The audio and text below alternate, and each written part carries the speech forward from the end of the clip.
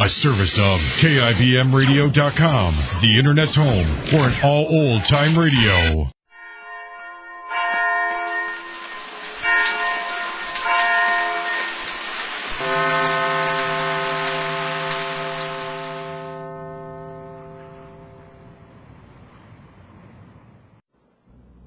Ladies and gentlemen, the story you are about to hear is true. Only the names have been changed to protect the innocent. Dragnet.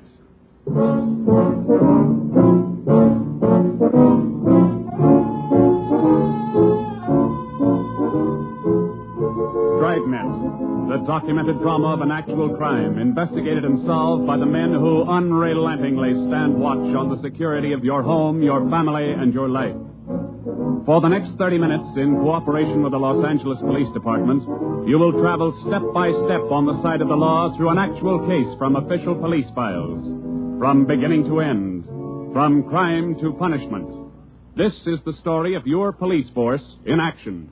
Dragnet.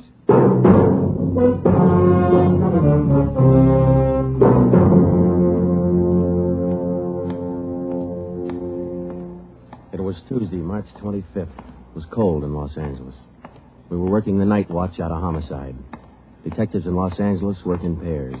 My partner's Ben Romero. He's a sergeant, so am I. My name's Friday. The boss is Ed Backstrand, chief of detectives.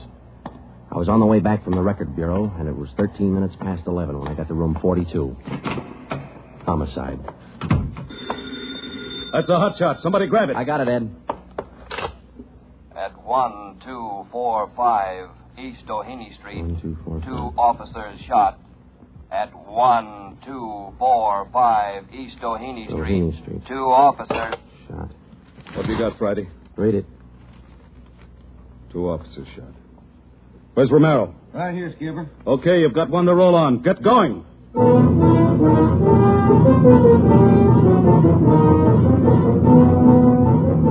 Both Ben and I knew where we were heading. We'd recognized the address. It was the Trapdoor Cafe, a joint in the south end of town that did business with a pretty rough crowd. 13 minutes later, we pulled up in front. 2 patrolmen had the crowd pretty well pushed back. There was a cruiser car in front of the cafe. The car door was open, and an officer was sprawled across the seat. He was conscious but weak, and one of his pant legs was pretty red. Hello, Sarge. Hi, how you doing? I've done better. Yeah, well, what happened? Williams and I were cruising. We've been keeping an eye on this cafe lately. Tonight we decided to take a look. And just as we went in, 2 guys left in a hurry, the back door. We followed them out into the alley. It was dark out there, and I called to them. I said, hey, fellas, just a minute, I want to talk to you. They stopped? I'll say. One of them whirled. He had a gun in his left hand. He shot both of us. Left hand, huh? Williams went down and out. I went down, but I took a shot at them. No effect. Then I started crawling out here to the car so I could call in. You started crawling? Yeah. Wait a minute, Emerson. Weren't there any people around by that time? Yeah, quite a few ran out after the shots. You mean nobody would help you to the car? That's right. Did you get a good look at either of the gunmen? Well, one of them was tall. I think he was a redhead. There was something funny about his nose. That's all I saw. It's too dark out there. Williams was closer. I think he got a good look. Joe, the other officer, Williams. He's in pretty bad shape. Is he breathing? He's still alive, Emerson. I don't know how much time he's got. Ambulance? On the way. Okay, let's round up all the men who are in the cafe. We're taking them in.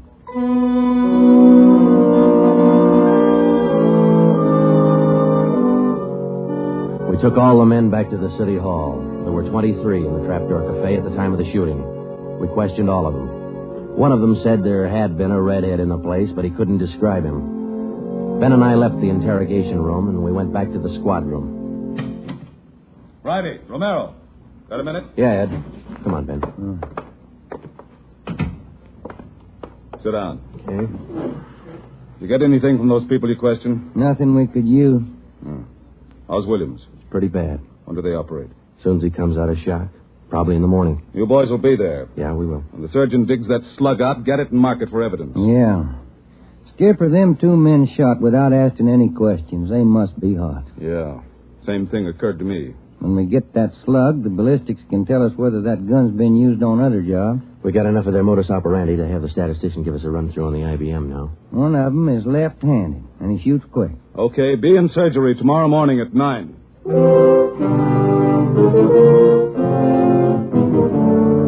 Neither Ben or I said much on the way home, but we were both thinking the same thing. I knew the chief was thinking it, too. Here were two men who'd shot a couple of police officers without asking any questions. Now, I suppose you've heard a lot of stories about what the force thinks of cop killers. Sure, we don't like to lose our friends and partners any better than anybody else would. Why not figure it this way? If these two guys would gun a couple of armed police officers, do you think they'd hesitate to shoot you, the unarmed citizen?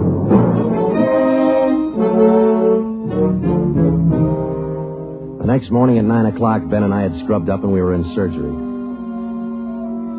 Williams was on the table. The surgeon started in. A lot of minutes later, he got the slug. As for Williams, they took out 7 feet of his intestine and said he might pull through.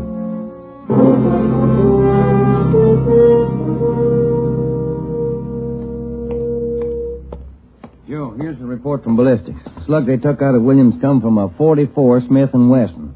The same gun was used in a liquor store killing about a month ago. You call the statistician? Yeah, She's running all the cards on previous shooting through the IBM machine. She ought to be through about now. Let's take a look. Okay, come on. Hi, Ellen. Just a second. Okay.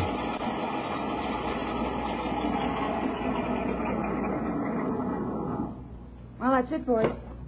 These cards will give you all the shootings pulled by 2 men on foot who shot quick, one of them left-handed. Right. They're all yours. You sure can tell a lot from just a bunch of little holes in these cards, can't you? I can't, but this IBM machine can. It never ceases to amaze me. Okay, shall we check the cards, huh? Yeah, sure.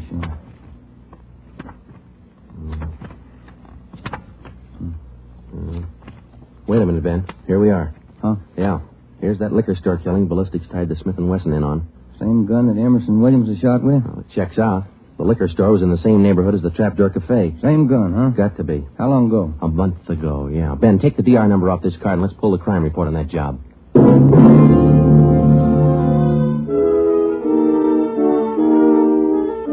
We pulled the crime report out of the files. It said that there was only one witness to that liquor store killing a month ago.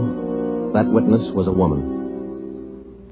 Miss Forbes, I'm sorry to disturb you like this, but we'd like to ask some questions about that liquor store killing you witnessed a little over a month ago. Well, I told the police everything I knew about it then. Yeah, we know, but maybe you wouldn't mind telling us again, huh? Oh.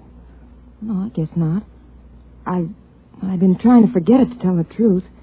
It was pretty terrible, and I really didn't see so very much because I was awful scared. I understand. But try to describe again just what happened, will you? Well, it was about 10 o'clock at night. I was walking down the street toward home when I realized I was all out of cigarettes. Well, I was right in front of the liquor store then, so I went in. The clerk was behind the counter, and there were 2 men standing there arguing. What's the idea of changing your mind? I thought we was going to get bourbon. No, let's get the wine. I want bourbon. Costs too much. Wine's good enough. The rest of them want bourbon, too. We better talk to them. Well, okay. We'll be back when we make up our mind, mister. 2 men walked out of the store, and the clerk smiled at me and shrugged his shoulders. I bought a pack of cigarettes and turned to leave. But just then the 2 men came back in again, and each of them had a gun in his hand. This is stick up, mister. The clerk just sort of crumpled to the floor. I couldn't believe my eyes, but that's just how it happened. The men said this is a stick-up, and then they shot him right away. Get over against the wall, lady, or you'll get the same. One of them punched the no sale on the cash register. I was shaking so I almost caved in. He scooped the money out of the drawer and stuffed it into his pocket. And then the other one went over to where the liquor clerk was lying face down. He knelt down beside the clerk and put his gun against the clerk's spine. Then they both ran out of the store. It was terrible. That clerk, he was lying there helpless and wounded, and they deliberately... Yeah, Miss Forbes, I understand. Oh, Miss Forbes, you said that both of the men had guns? Yes. One of the guns was black, and the other was sort of fancy looking. What do you mean, Miss Forbes? Well, it was real shiny. Nickel-plated? I wouldn't know about that, but it was shiny. There were 2 guns, huh? Yes. Well, now about the men themselves. Well, I was so scared their faces just didn't register with me. The one who shot the clerk in the back was sort of stocky. That's about the best I can do. You mentioned in the report that one of the men was left-handed. Yes, I do remember that. Uh-huh. Look, Miss Forbes, this is very important to us. One of the men was a redhead? Redhead? Why, no, I didn't see any redhead.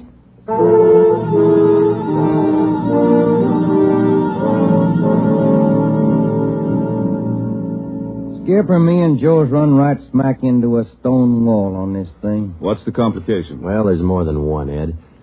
In the first place, we know that the .44 Smith & Wesson was used in both shootings, but the descriptions of the men involved don't check. Police officer Emerson said he thought the man that shot him and Williams outside the Trapdoor Cafe was a tall, left-handed redhead. Said there's something funny about his nose. You think Williams got a better look at him? Well, probably did, but Williams isn't strong enough to talk yet. And a girl that witnessed the liquor store killing a month ago said that one of those men was left-handed. But she said neither of them was a redhead. And on top of all that, now we've got 2 guns to worry about. The girl mentioned 2 guns, so we checked the autopsy report on that liquor clerk. And, Ed, the bullet that actually killed him came from a .32-20, not a .44 Smith & Wesson. That fact didn't get any publicity at the time, did it? No, it didn't. Okay. We won't give it any publicity now either. With a lowdown, it's just the .44 Smith & Wesson we're after. Because if whoever owns the .32-20 finds out it's hot, we'll never get it. Anything else? Well, we sent teletypes to all outlying stations in neighboring cities. Told them if they get any red-headed suspects, no matter what charge they got them on, to hold them for questioning. Yeah. Now, how about this .32-20, the actual murder weapon? Any leads on it? We've got one, Ed. We've been checking the records, and we discovered that 4 hours after the liquor store killing, a taxi driver in the neighborhood was shot and robbed. Slug was pretty well mashed, but there was enough to tell it was from a .32-20. So we're going over to question the taxi driver now. Good. Well, I think you boys are on the right trail. So far, what we've got is mostly unrelated facts, but sooner or later, those facts have all got to tie in at some point along the line. Find that point.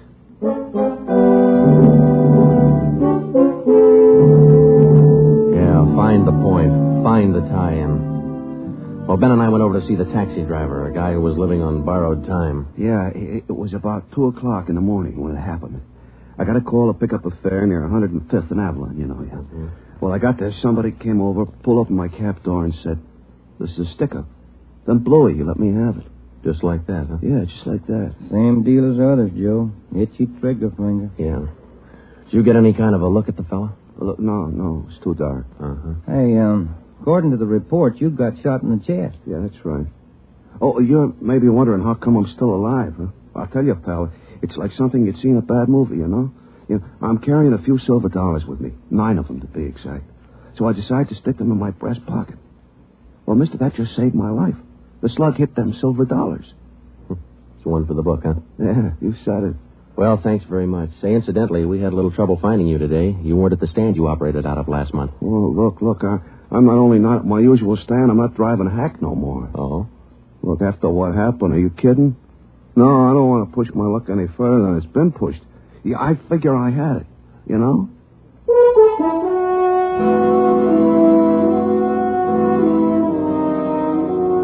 And about that time, Ben and I were beginning to figure we'd had it. We were getting nowhere fast. We had a few informants nosing around, but so far they hadn't come up with any leads. Well, Ben and I followed up all the teletypes that poured in. We just got back from Santa Ana, where we'd been questioning a red-headed suspect, and we'd flopped in the squad room when Chief Backstrand's door opened. Friday. Romero. Got a minute? Yes, Skip. Any luck with the Santa Ana redheads? No, none at all. I guess you haven't heard the latest. We just now got back in town, Skipper. Early this morning, another cab driver got shot. What? Yeah. Man came up to his taxi, opened the door, said, "This is a stick-up," and shot him. Bullet went through one leg and into the other, but the driver managed to start his cab and drove over to a cafe. He called in from there. Boys recovered the slug? Yeah. It came from the same .44 Smith & Wesson that was used in the other 2 jobs. The cab driver get a look at the gunman? Yeah, briefly. Was it the redhead? No. Oh, the stocky guy. He wasn't redheaded and he wasn't stocky. That's all the driver knows. Well, that's great. Skipper, this is beginning to sound like a Gun of the Month club. You reckon somebody's renting them guns out? Well, they're passing the guns around all right, but I think they're working together. The way they operate indicates that. Yeah, the trigger-happy routine. Killing is apparently more than a business to them. It's pleasure, too. That's why we've got to get to them fast. Come over here. All right. Come on, Ben. Here. Take a look at this map. Uh-huh. Here's the Trapdoor Cafe, and over here's the liquor store. And down here is where the first cab driver got shot. Mm-hmm. Right here's where the second one got it. All of the shootings have taken place within an area of 10 square blocks. Okay. Tonight we're going to throw a blockade around that whole area. Good. It'll go into effect at 10 p.m.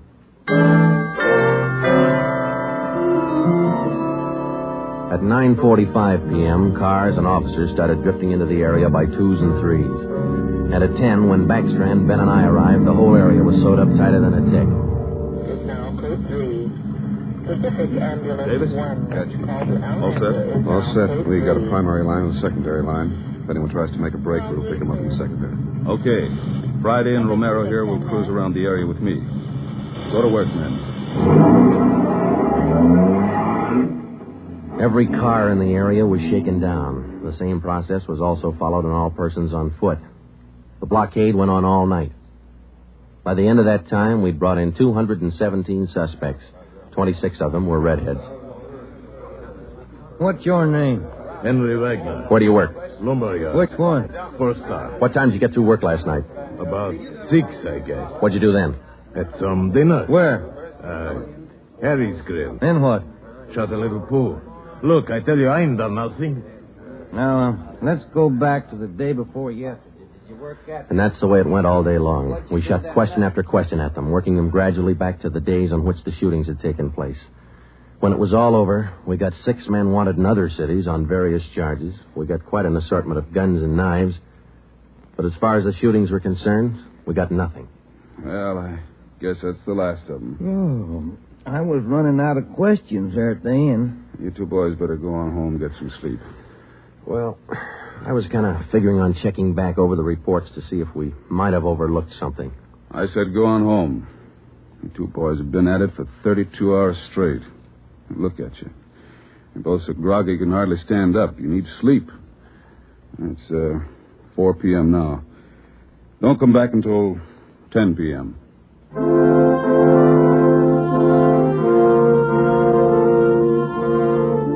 When I walked into the squad room at 10, Ben was already there. An informant had just phoned in a new lead.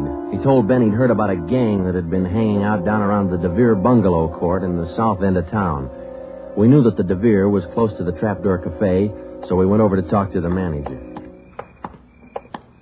Joe, I've been meaning to ask you. You checked on how Williams is getting along? Yeah, I did. I called the hospital this afternoon. It's going to be all right. Oh, that's fine. Well, here we are. Yeah, manager's office. Still got a light on.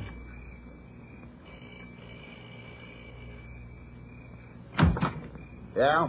I'm Sergeant Friday, police. This is Sergeant Romero. Yeah? We'd like a little information. Why, sure. Come in. Thank you. What can I do for you? Well, did you hear anything about a gang that hangs out down around here anywhere? Gang? Why, no. How about your tenants here? Any of them ever been in trouble, to your knowledge? No. This ain't exactly the best neighborhood in town, but we try to keep things under control. Once in a while, one of them will get out of line, but when that happens, we heave them out of here. You heaved anybody out lately? Yeah, I did. Fellow and his wife a few weeks ago. They had a fight in one of the bungalows. She took a shot at him, but she missed.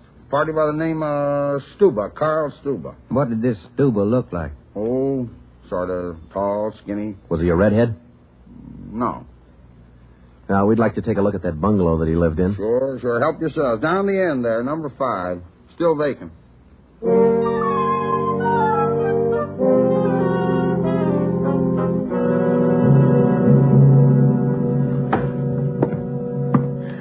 Well, I guess that does it.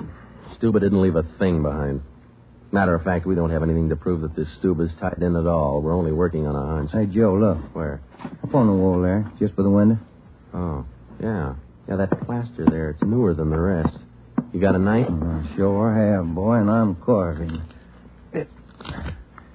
That manager'd be awful unhappy with me if he was here. Yeah, he would. Yeah, but... Hey, Joe, here it is. A slug. They plastered right over it. Okay, dig it out, and let's hope it matches. It matched. The slug from the wall came from the same .44 Smith & Wesson that had been used in the other shootings. So now we had a name to work on, Carl Stuba. But he'd done a good job of dropping out of sight. Well, the next day, Ben thought he had another lead. I've just been talking to another informant, Joe. He says he heard that there's a fellow down in that neighborhood been trying to sell a gun lately. What kind of a gun? Nickel-plated with steer horn handles. Nickel-plated? Well, maybe that's our .44 Smith & Wesson. Maybe. Did the informant know who this man was? Said the feller's name was Alonzo. Yeah. Alonzo who? Just Alonzo. That's all he knew.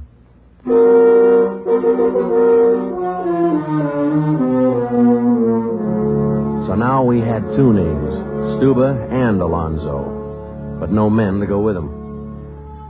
So we went back to making the rounds of the substations, interviewing red-headed suspects. We took a few of them to Williams, who was home from the hospital by now, but he couldn't identify any of them as the man who shot him. Still, we kept checking. Finally, we got around to the 77th Street station. We questioned the suspects they were holding there, and we just started to leave when one of the officers called us. Hey, Sarge, we're holding somebody else you might want to look at. Redhead? No. What's the charge? Suspicion of burglary. Small job. Oh, I don't know. What do you think, Ben? What's special about him? He lives in the same neighborhood where those shootings took place. All right. Where you got him? Down here. Did he admit anything? Nope. He's pretty surly. Here we are. Thanks. Hi. What do you want? I'm Sergeant Friday. This is Sergeant Romero. We'd like to ask you a few questions. Look, I already told the other cops all I know. I didn't steal no radio from that jerk. What's your name? We've been through all that once. Come on, what's your name? Jackson. Alonzo Jackson. Alonzo. I looked at Ben, and Ben looked at me. This could be the Alonzo who'd been trying to peddle that Smith & Wesson. Ben and I both knew here was one suspect we'd have to be real careful with. Alonzo, according to the records, this burglary you're suspected of took place on the night of the 27th. Look, how many times do I have to tell you guys they didn't have anything to do with it? You got an alibi for that night? Sure, I got an alibi. I was out with a couple of friends, I can tell you. What's your friends' names, Alonzo? One of them's Crandall, the other Stuba. Stuba, the guy who used to live in the bungalow court.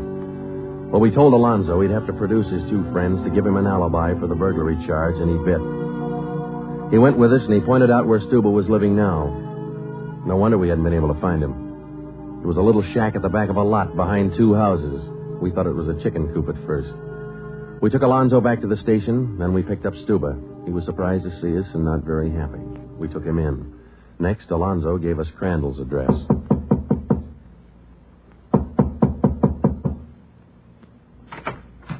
Yeah? Mr. Crandall in? No. Will he be back soon? I don't know. Who are you? Sergeant Friday, Sergeant Romero, police. What do you want with him? Oh, nothing important, lady. We just wanted him as a witness. Oh. Well, I don't know just when he'll be back. Probably an hour or two. Okay, thanks.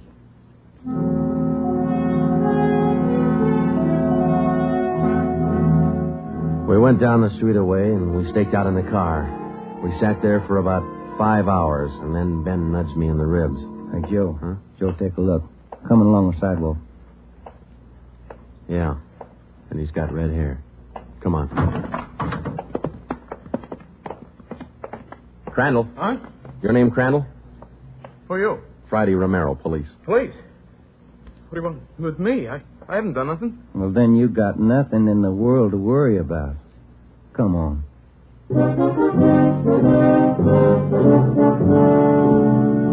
We questioned Crandall for an hour, but he wouldn't give an inch. Denied everything. Then we put him in a car, and we drove over to Officer Williams' house. I left Ben in the living room with Crandall while I went in Williams' bedroom. Hello, Sarge. Hi, Williams. How you doing? A little better, I think. That's fine. Look, we've got another redhead outside. Bring him in. Okay. All right, Crandall, come on in here. Who's in there? Why'd you bring me over here? Come on in here.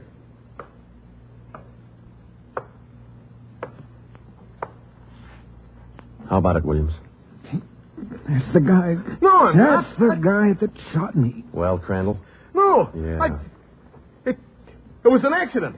I didn't mean to shoot him. It was an accident.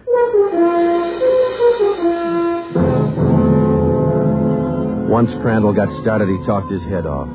He also admitted being in on the liquor store killing, but insisted he was only the lookout. We took him back to the station and got his whole story down on a tape recorder. Yeah, he was left-handed. Then we went back to Alonzo, who didn't know we had Crandall's confession. We met the chief in the hall outside the room where they were holding Alonzo. You about ready to tie the knot? Oh, hope so, Chief. But Alonzo hasn't given any yet, and we still haven't found those guns. We've got one of them.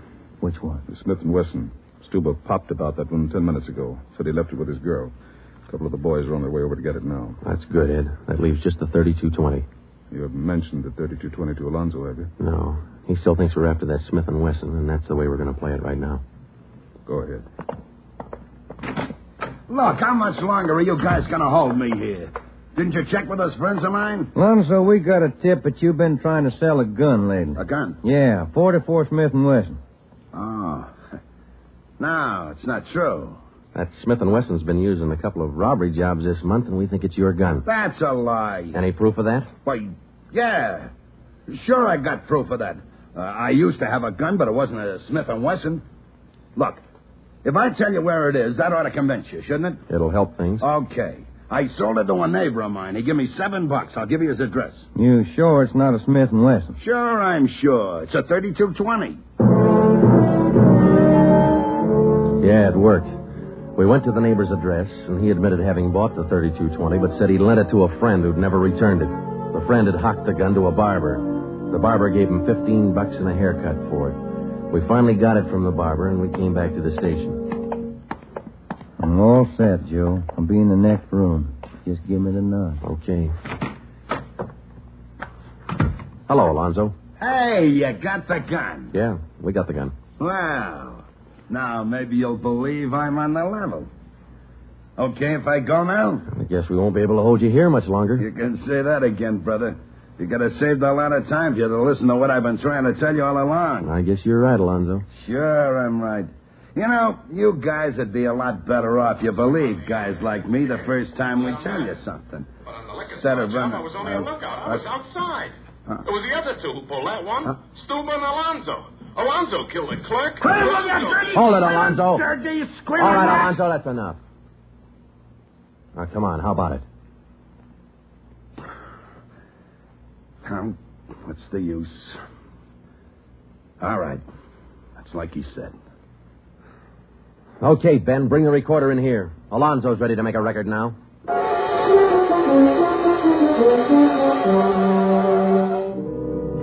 By playing back Crandall's statement that we'd recorded earlier, we got a full confession from Alonzo. We took the three of them out and had them reenact the 4 shootings, and we photographed it on sound film.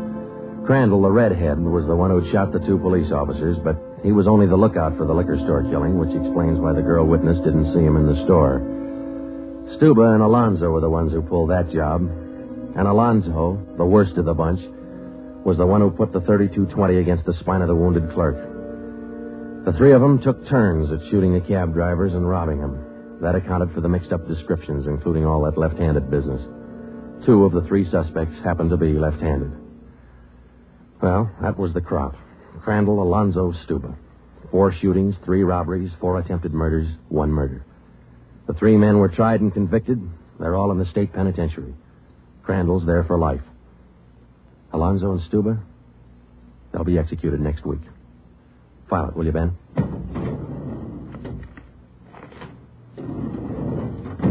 Case closed. Dragnet.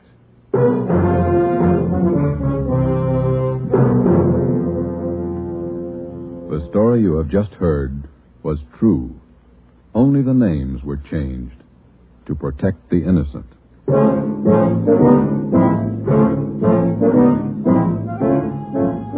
You have just heard the second in a new series of authentic cases from official files. Technical advice for Dragnet comes from the office of C.B. Horrell, Chief of Police, Los Angeles Police Department. Tonight's program is dedicated to Radio Officer Delmer E. Cook of the Los Angeles Police Department, who, on the afternoon of December 6th, 1948, gave his life so that yours might be more secure. Dragnet came to you from Los Angeles. This is NBC, the national broadcasting company.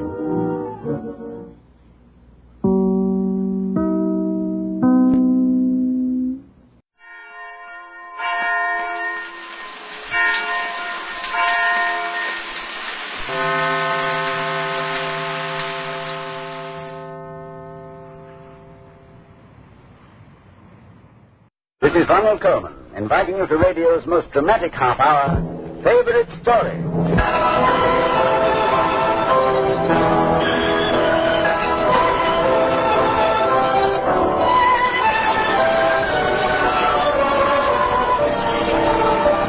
All mankind loves a good story.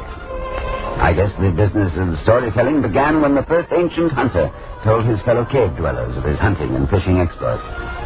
No doubt exaggerating a little, as some of us are inclined to do. And this very day, in the cities of the Near East, you may see the storytellers in the bazaars and in the marketplaces, spinning wondrous tales inherited from centuries past. Still the audiences gather and are held spellbound. The age-old tales of a fascination for all of us. Yet it's the new story we search for, the fresh angle, the unexpected. And, of course, that's particularly true here in Hollywood. That's why Favorite Story welcomes the choice of producer-director Michael Curtiz, who brought to the screen such favorites as Life with Father, Mildred Pierce, and Casablanca, for which he won the coveted Academy Award. And his choice, written by Arthur Wister Mays, has the happy quality of surprise. It revolves around a single copper penny. One of radio's best-known young actors, Jack Webb, will tell us the story. We're ready then for Act One of The Copper Penny.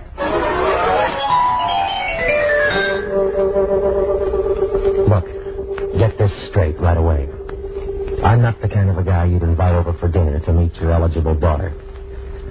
I'm a broken-down newspaper man who couldn't hold a job in any city bigger than a cow pasture. So, I'm back where I began. Wilmot, Ohio. Believe me, brother, you need better than 20/20 vision to find this burg on a map.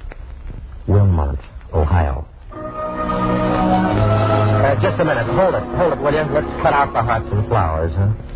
If that's supposed to be a musical description of this town, you've got the wrong place, mister. Tell me, where do people get the idea that just because a town is small, that means that nothing goes on but prayer meetings and nature being lovely? We've got almost as much corruption as a big city. Well, you got the idea. I'm the cold potato you couldn't squeeze a tear out of. I knock out copy for a punk little newspaper in my hometown, and nothing affects me. Nothing. Excuse me a minute, will you? Yeah, this is the newspaper. This is Jack Hudson. If you got any news fancier than a long social, I got a pencil and an open mind, so what's your story? Oh. You're kidding. Oh, that's awful. That's terrible. I guess that's the worst news you could give me in this town. What? Sure, we'll write it up. I don't know how exactly, but I'll get out the story. The story. And I gotta write it. So you put a sheet of paper in a typewriter and... What do you say? You can't say it. Shakespeare and Ernest Hemingway rolled together couldn't say it. How's a man going to write something about this and put it next to the ad for the meat market? All you can do is remember about Ben and a penny in the courtroom. And suddenly your memory begins to do nip-ups. And you remember when you were a kid and you walked over to the library and met Ben for the first time. Hello, son. Is this what they call the library? That's what they call it. What do you sell here? Sell? Why, we don't sell anything. Yeah? Then what's the deal? Why don't you walk around and just see what strikes your fancy? I'm not sure I want to. Door opens both ways. You can come in or out anytime you want. The guys that hang around the railroad yard say anybody comes in here is a sissy. I wouldn't want any of them to see me in here. That's so. Well, maybe they've got a point. I guess a library's not a place for a man who uses a fist all the time. Railroad yard's a good place to exercise your muscles. In here, lad, we exercise our souls. You're sort of crazy. Yeah, I've heard that said before, too. Now, come here a second, boy. Let me introduce you to a few other maniacs. On this shelf, we have a young fellow who was plumb out of his mind. Name of Shakespeare. One of these fine days, you ought to meet him face to face. Right now, I think you ought to meet another crazy fool. You're, about 12, I'd say. Right? 12 and a half, going on 13. Mm-hmm. Young fella, shake hands with Mark Twain. Whole bookshelf here, designed for 12-and-a-half-year-olds. Going on 13.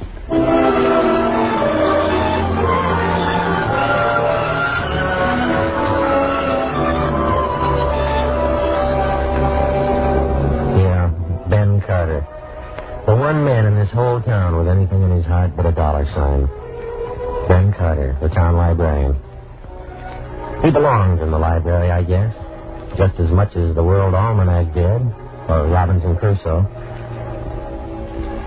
Ben had a way of leading you to something when you were ripe for it. You looked at Ben and you remembered how he kind of steered you, so you didn't know you were steered at all, to the Knights of the Round Table, to Ivanhoe and David Copperfield. And suddenly, life stopped being narrow and small towns.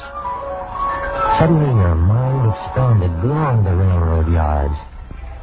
And you were Huck Finn, rolling down the Mississippi River. You were going out to fight in shining armor for the lovely Rebecca. You were the king of the Golden River, and Marco Polo at the court of Kubla Khan.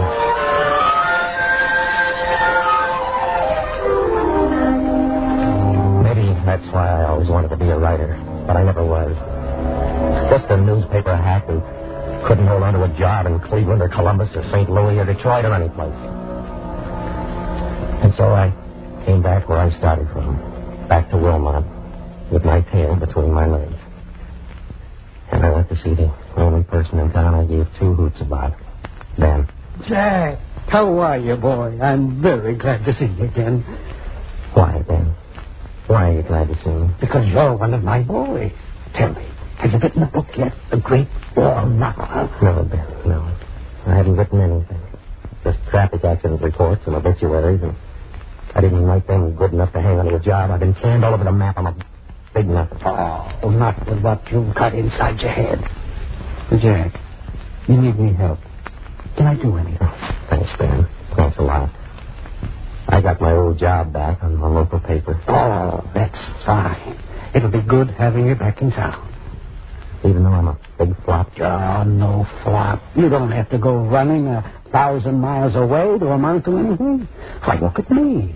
I'm a long way from being the Librarian of Congress or anything else worth a second look, but along comes today. And you know what today is? What, Ben? 40 years that I've been here as librarian. And they're going to celebrate. The town's giving me a banquet tonight with all the trimmings.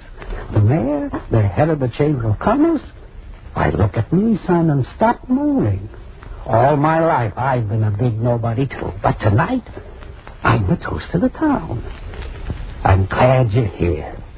You've got to come to that banquet.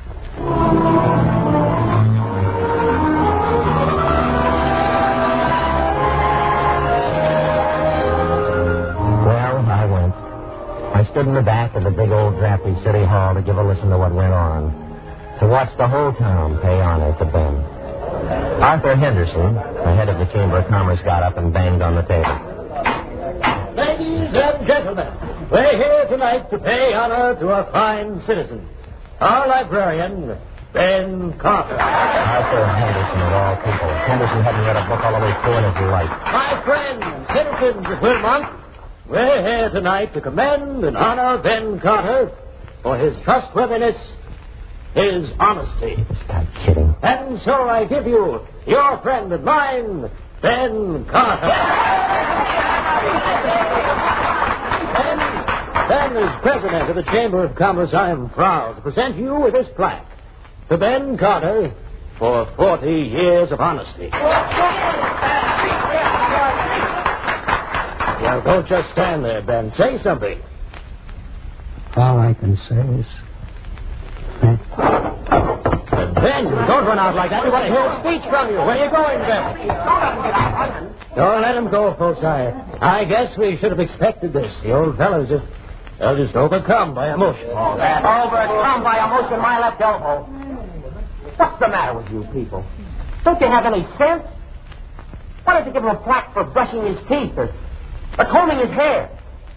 To Ben Carter, in grateful appreciation for combing his hair every day. I don't understand. No, you wouldn't. This town doesn't deserve a man like Ben Carter.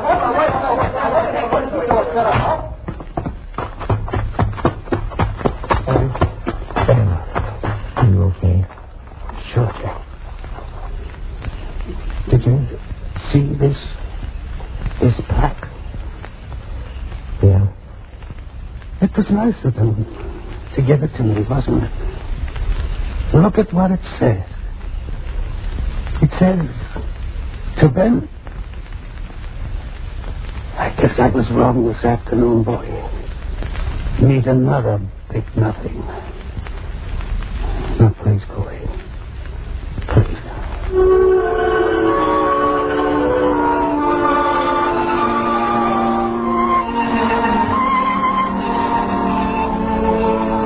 40 years of lighting candles in people's minds, and all they could honor him for was his honesty. I guess Ben didn't sleep much that night, and the next morning he walked around the library half in a daze. And then he heard the door open and went back to the desk. Morning, Mr. Carter. Oh, hello, Mr. Elwood. How's your daughter? Oh, much better, Mr. Carter. She enjoys Little Women. I finished reading it to her this morning. Made her cry. Oh, there. What's wrong? This book was due yesterday, the 27th. This is the 28th. I guess I will find. But that's just a penny, Mr. Elwood. Here you are. Thank you, Mr. Elwood. Come again. Glad your daughter's better. Alone again in the emptiness of the library. He glanced down at that penny in his hand, and the whole feeling came back, filling up his throat. Henderson, and that plaque, and that stupid speech. His fingers closed on the penny. He put the rubber stamp back to the day before and stamped the book. Returned the 27th. Then he glanced down at the coin again. So I'm honest. Why, I'm as much of a criminal as Billy the Kid or the James boys. And Ben slipped the penny into his pocket. You wouldn't think a single penny could raise a ruckus, would you? But it did. It turned this whole blasted town inside out. A penny. A single copper penny.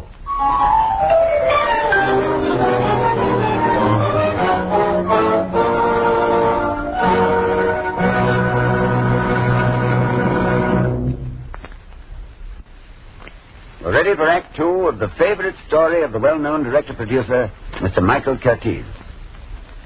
An ancient Latin who lived way back in the year 200 A.D. had something to say about a storm in a saucepan, which through the years developed into the popular expression we use nowadays for any minor incident that creates a turmoil, a tempest in a teapot. In the little well-remembered library, a man with a soul has stolen a single penny. And we hardly need a barometer to know that in the little teapot town of Wilmont, a tempest is brewing. Here's Act Two of The Copper Penny.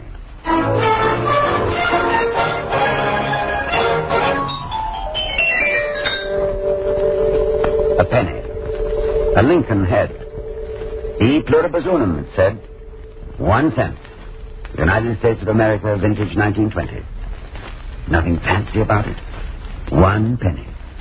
Good for weighing yourself, or buying a stick of gum, or for keeping a book called Little Women 1 day extra.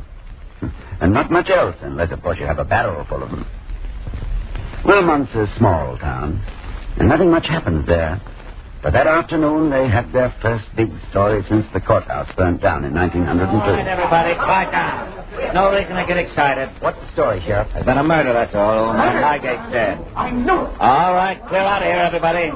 When did it happen, Sheriff? Coroner says about 2 hours ago. Sheriff, if Highgate's been killed, I know who did it. You do? Who did it? Well, I live right next door to Tim Elwood. I don't like him. Spends all his time with his nose in a book. What about him? Well, old man Highgate came by last night to collect the rent. I guess Elwood didn't have the money, and there was a big argument. Elwood told Highgate to shut up, that his daughter was sick. Highgate kept on screaming. Then I heard Elwood say, "You get away or I'll kill you." Well, thanks a lot. I needed a piece of information like that.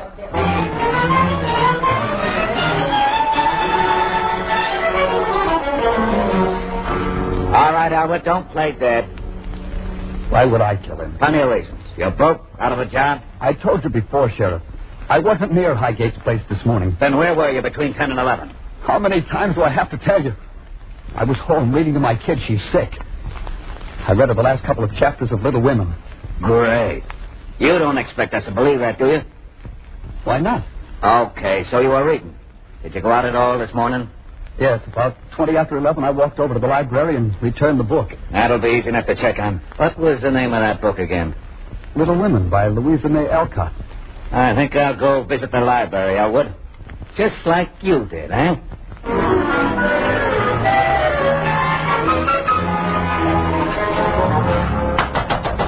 Open up, Carter.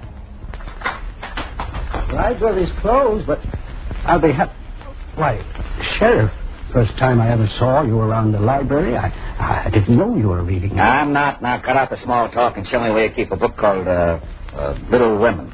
What do you want to see that for? Never mind, just show it to me. Where do you keep it? Right here, under A. Okay. There we are. Is your only copy of this here book? Yes.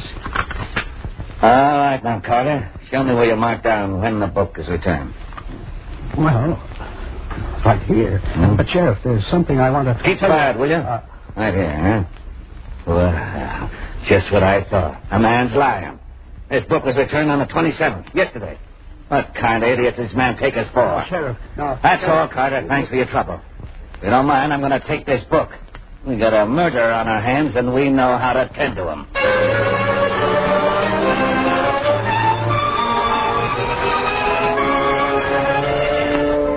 Well, Ben just stood there, with the inside of his head like a merry-go-round.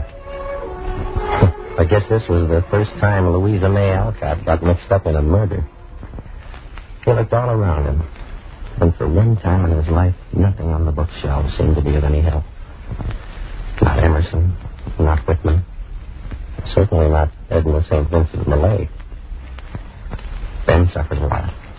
Suffered in silence in the weeks that followed, not knowing what to do. Everybody in town was there in that courtroom to watch the circus. I remember seeing Ben slip in quietly, not saying a word to anybody. He'd put on his best black tie, knit muffler. I knew he felt inside him that he was on trial. He hardly seemed to be breathing there on the back bench. I tried to catch his eye, but he just stared forward. And then the judge came. The Randolph County Court is now in session. We shall continue the case of the state versus one Timothy Elwood. All right, Mr. Prosecutor. Will Timothy Elwood take the stand? Do you promise to tell the truth, the whole truth, and nothing but the truth to help you God? I do. Sit down, please. We have already heard from our former witnesses that you outwardly threatened the life of the late Jeffrey Highgate, that you owed him a considerable amount of money. Now, Mr. Elwood, we should like to establish your exact whereabouts on the morning of the murder. Where were you on the morning of March 28th of this calendar year? I was at my home, 326 North Sycamore Street here in Wilmot. I see. Now, according to the testimony of the county coroner, the murder of Mr. Highgate occurred between the hours of 10 and 11 of the morning of the 28th at the Highgate Hope, a mile and a quarter distant from yours. Exactly where were you? What were you doing at that time? My daughter's been ill for some time. I was reading her a book. A book? Would you tell us the name of this book, please? Little Women by Louisa May Alcott. I see. Did you own this book personally, or had you borrowed it from the library? It was a library book. Your Honor, my daughter could tell you that I'd read her the last few chapters that morning, but she's very sick now in the county hospital. You've got to believe me. I didn't do it. I didn't do it. I didn't do it. Silence in the court. Silence. Silence. There will be no further emotional displays, if you please. Answer the questions at hand. Continue, Mr. Prosecutor. Thank you, Your Honor. Mr. Elwood, you claim you finished reading that book on that morning. Yes. What did you do with the book then? About 11:15, 11:20, I walked over to the library and returned it. On the morning of March 28th? Yes. Your Honor, I should like to introduce into the testimony of this trial Exhibit A, the book in question. Mr. Elwood, to your knowledge, is this the book you returned on March 28th? Yes. Yes, I think it is. Mr. Elwood, would you open the book and read aloud from the borrowed and return slip in the back of this volume the date that it was actually returned? March 27th. Your Honor, I have something important to say. Mr. Carter, you're out of order. Maybe I am, Henry. I mean, Your Honor, but the whole thing's out of order. Ben, if you've got some evidence to submit, do it through the proper channels. The prosecutor will call you as a witness. It can't wait for all that. Now listen to me, everybody. Tim Elwood's right.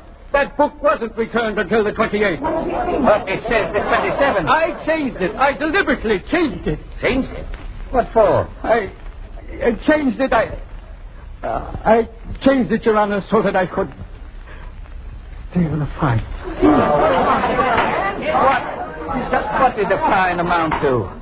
The book was 1 day overdue. The fine was a penny. 1 penny.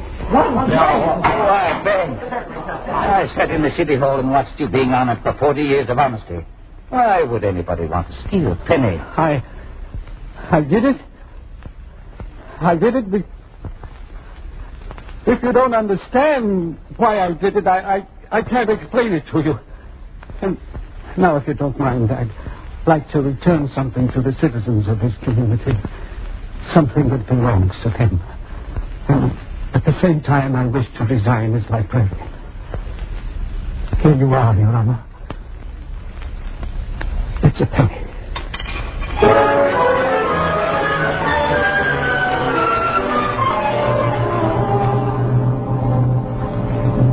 The end of the story? Well, Tim Elwood was released. Some tramp finally confessed to the killing. And Ben, he never went near the library again. You know, some people pine away because of a gal. I guess Ben got a broken heart, too. He missed the great, wonderful living warmth of that library. He missed helping out the 12-and-a-half-year-olds, going on 13. They just called me up to tell me that Ben Carter's dead. And how can I write this story? How can I put down a cold obituary about a guy like Ben Carter? Can't be said. Maybe we'll just print it this way. An editorial on the front page. When we were very young, we suddenly sailed beyond the limits of this town.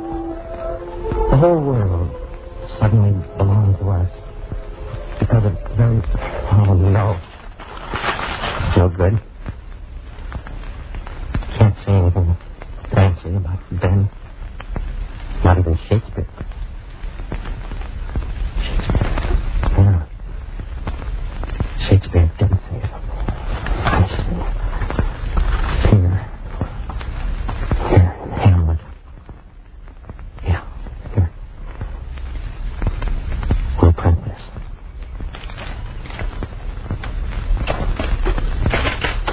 He was a man. We shall not look upon his like again.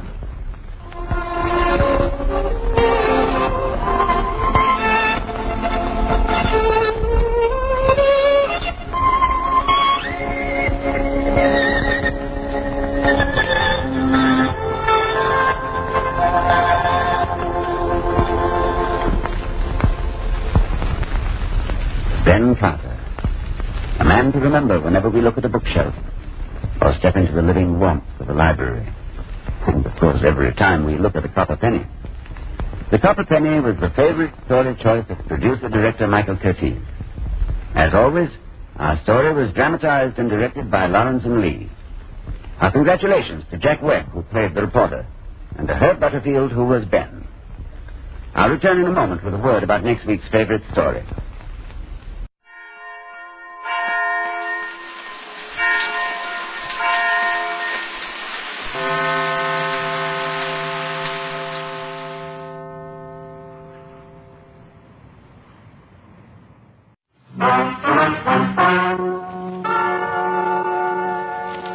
Ladies and gentlemen, the story you are about to hear is true.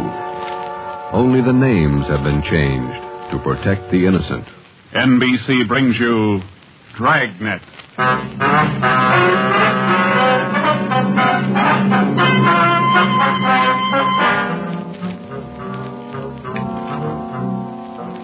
You're a detective sergeant. You're assigned to robbery detail. There's a potential killer on the loose in your city. 18 women have been beaten and robbed by this man. The newspapers call him the Werewolf. Your job is to get him. Dragnet, the documented drama of an actual crime, investigated and solved by the men who unrelentingly stand watch on the security of your home, your family, and your life. For the next 30 minutes, in cooperation with the Los Angeles Police Department, you will travel step by step on the side of the law through an actual case, from beginning to end, from crime to punishment. Dragnet is the story of your police force in action. It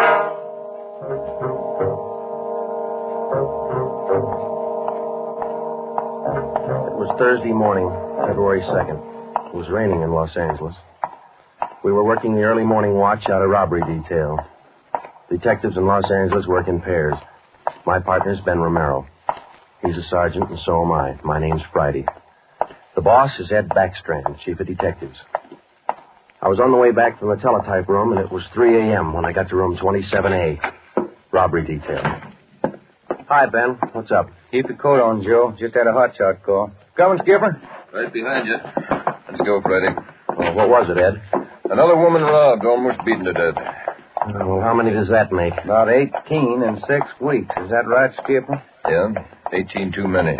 Come on, down these stairs to the garage. Yeah. What about that suspect we had, Ed? You mean Martin? Yeah. Had to release him this morning.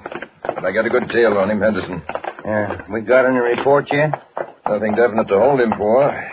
Here's the garage. Let's hustle it. Right.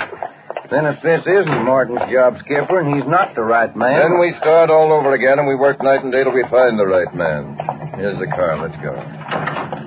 Ben, you drive. Yeah, all right.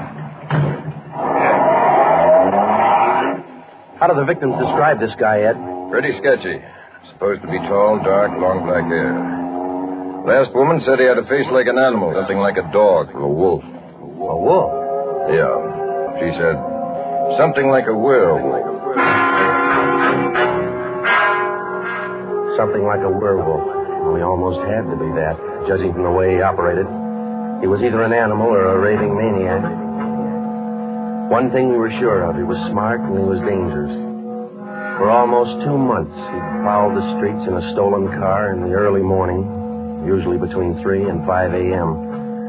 And the victims were always lone women, most of them waitresses, coming to work or going home. He dragged them into the car, robbed them, beat them until they were unconscious, and then throw the body out into the street. That's just what we found when we pulled up to the curb near the corner of 8th and Grand. One cruiser car was already there, and so was the ambulance.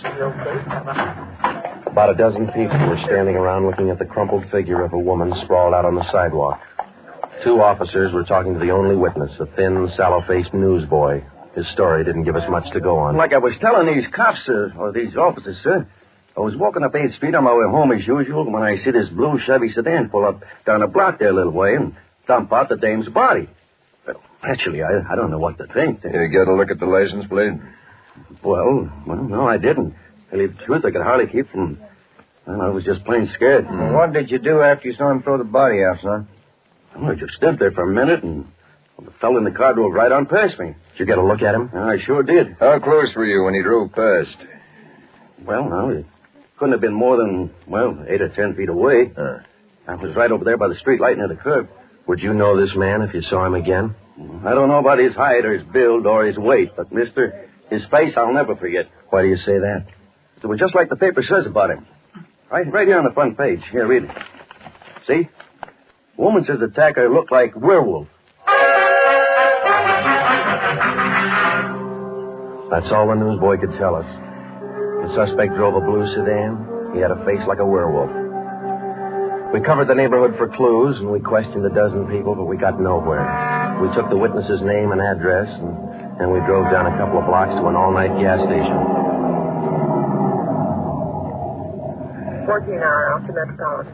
I'm going in here and call the office and see if Henderson's called in on Martin. We might still have a suspect. Right, Skipper. 13-hour out to Metropolitan. Looks as mad as a wet hornet, doesn't it, Joe? Yeah. Did you get a good look at that woman's face when they moved her in the ambulance? Yeah. Sure does like to mess them up. Oh, I don't know how we're going to get him, Ben, but we better do it fast. Next time it'll probably be murder. Oh, here comes the skipper, Joe. Uh-oh. Doesn't look good. What is it, Ed? Just talked to Henderson. He tailed Martin to a bar in Long Beach. Hasn't been out of his sight for 2 minutes since yesterday. Martin's clear. And we're right back where we started. Yeah, with one more half-dead woman in the hospital. Well, how about that stolen car, Skipper? Wait a minute. Get that radio up. Okay. Code 3, ambulance dispatched. Code? Attention, all units. On Grand Avenue between Venice and Washington, a woman, victim of robbery and attack. Code 3, ambulance detached. Code 3, red light and siren. Come on, Friday, let's roll.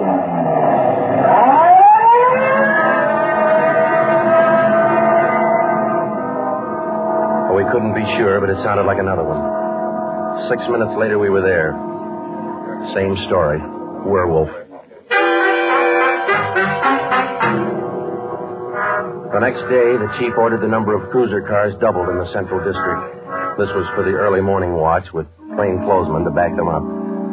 Then the newspapers played it big, and in 2 days, the story was on the front page of every paper in town. Maybe that should have made the werewolf lay low, but it didn't. Because at 4 o'clock that morning, while Ben and I were patrolling with the other cars, he got his 20th victim. Attention, all units. Whittier between Soto and Matthews. A woman, victim of 211, an attack. Code 3, ambulance dispatched. Here's a report on that blue sedan you used the other night, Joe. Found it out on Anaheim Telegraph Road. Any luck with it? Not one fingerprint we can use. Anything else? Nothing. Well, how about the auto theft detail? Same old story, Joe. He steals a car, uses it once, and then drops it. Never leaves a thing behind. Well, that's great. We're sure moving fast. How about that big guy you picked out of the lineup this morning? Oh, I checked his alibi. It's perfect. Now we haven't got even half a clue. Yeah. Well, come on. Let's check with Ed. He's instructing the policewomen on the plan for tonight. All right. Now you've heard the report. You understand how the suspect operates and what you're to do. I think so. Remember, all of you forget you were ever policewomen. Change the way you walk, the way you carry yourselves. That's the part you're playing, all right? Okay. And be careful and don't take any chances.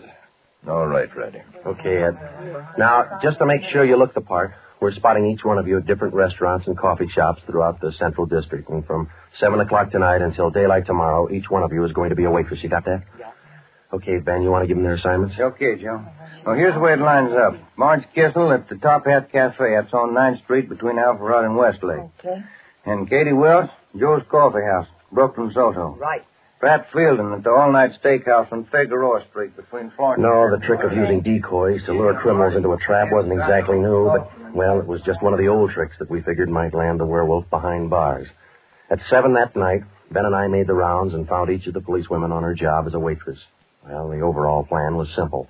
The girls were to leave the different restaurants between 3 and 5 a.m. that morning and pretend they were walking home. We mapped different courses for each one of them to throw out as much bait as possible and yet not to make it look suspicious. Each policewoman, from the time she left the restaurant and stepped out into the deserted streets, would be pretty much on her own. We had officers planted all along the way at designated intervals, but a big element of chance and danger was still there. All we could do was cross our fingers and hope. How much more time, Joe? Let me see.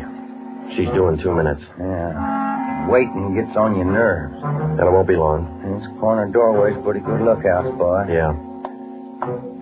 Wait a minute. Listen. Who is it, Joe? Can you see? Get back. What is it? Wait a minute. It's Marge Kissel. There's a man following her, a big guy. If it's the werewolf, where's his car? I don't know. Maybe he changed his plans. Get back. Here they come.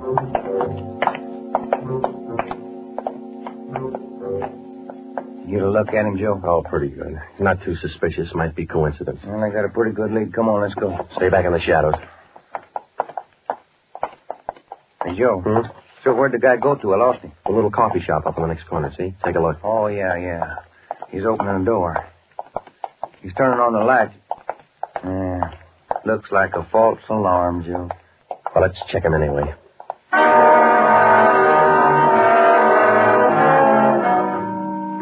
Well, I didn't think we'd be that lucky on the first try, and we weren't. We asked the man a few questions, and it didn't take him long to show us he wasn't our man. He owned the coffee shop. So, Ben and I went back and took up our posts again and waited for the next decoy. We covered that 10-block course 6 times that morning, back and forth, following the bait, but it was almost as if the guy could sense a trap. Not once did we get a nibble. By the time our last decoy finished the route, it was almost daylight. Joe, I never was so glad to see that sun come up in my whole life. My feet feel like they're puffing right up out of my shoes. Yeah, me too. Come on, let's get over to the car and check on the other squad out in Boyle Heights. Oh. Hit the radio, will you, Ben? Yeah. Joe, there must be some easier job on the force than this. Yeah, you and me both. Now, let's see what happened to the others, huh? 80K to Unit 104K. Come in. 104K to Unit 80K. Go ahead. 104K, this is Friday. You do any good out there? This is Miller. I'll call Curtis. Stand by. 80K to 104K, Roger. What do you think, Joe? Maybe a bite? I don't know. Oh, this guy seems to work like a mind reader. Well, he can't win all of them. 104K to Unit 80K. This is Curtis. Go ahead. This is Friday, Al. How'd you do out there? Any luck? Just checked in the last gal, Joe. Eddie Welch, not a sign. Okay, Al. Have the men check in. 80K clear. KGPL. Okay, let's go, Ben. When we finally got back to the office that morning, both Ben and I were ready for some sleep, but it didn't look like we were going to get it. We just about finished going through the overnight reports for some kind of a lead when the phone rang. Robbery Friday. Hi, Joe. This is Wilkerson, auto theft. Hi, Wilkie. You got something for us? Not much, Joe, but it might work into something. Just got a report in on a pair of stolen license plates. Oh? Yeah. I'm not much of a hawkshaw, but I figure there's just a chance it might be your werewolf boy. How come? I don't know. Maybe just a hunch. After 13 years in this business, you get to know thieves pretty well. Sometimes you got to even think like them. Okay, Wilkie, thanks. We'll check by in a couple of minutes. Right, Joe. What do you have to say? Pair of license plates stolen last night. Wilkie's got a hunch it could have been our man. Well, might be an angle, Joe. If that werewolf guy'd hang on to one car long enough, we'd have a chance at it. Well, he's too smart for that. I don't know, Joe. Sooner or later, he's going to make a mistake. Yeah. Come on, let's check with Wilkie. Well, we checked with Wilkerson. We got the best piece of news we'd had in days. On the average, 95% of stolen cars are recovered or located within 24 hours. In the remaining 5%, Wilkerson, by a simple process of elimination, narrowed down the number of cars the suspect might be driving. Wilkie figured 6 cars. There they are. Now, bet you if you picked up your man tonight, he'd be in one of these cars. Let me see, huh? 2-door black sedan, yellow convertible, another sedan, green, blue coupe, black coupe, and a gray convertible. Well, that's good work, Wilkie. At least we got something to look for now. Yeah, you're right, Joe. Wilkie, you got the numbers of those stolen plates you're talking about? Yeah, right here, Ben. They're already on the hot sheet. Good. Keep us posted, huh? As usual, Ben. See you later, Wilkie. That's a good break, Ben. Something to keep us busy tonight.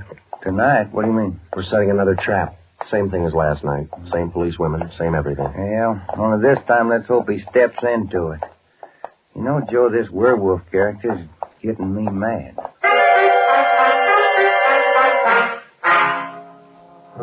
That night, we followed in our own footsteps. We planted the policewomen decoys in 3 separate districts, and a few minutes before 3 a.m., our squad of men took up their positions. The same policewomen went to their waitress jobs in the same restaurants, and Ben and I and the rest of the men stood in darkened doorways or empty filling stations or whatever cover we could find. And we waited and waited. What time is it, Joe? Let me look. 4:30. Oh, thank you. Any sign, Joe? No, nothing yet. Come on, stay in the shadows. That's the way it went all through the early morning. The same plan over and over again until daylight. Ben and I'd check in at the station, go over the late stolen car reports with Wilkie, catch a few hours sleep at home, and then come back and do it all over again. The next night, and the next morning, the night after that, and the morning after that. 5 days later, Ben and I were ready to call it quits. I'll admit it, Joe, I can't figure it. The guy's either psychic or else he can smell a cop a mile away. Yeah, well, at least we got that stolen car angle left. You checked with Wilkie yet this morning? I'll give him a call now. All right.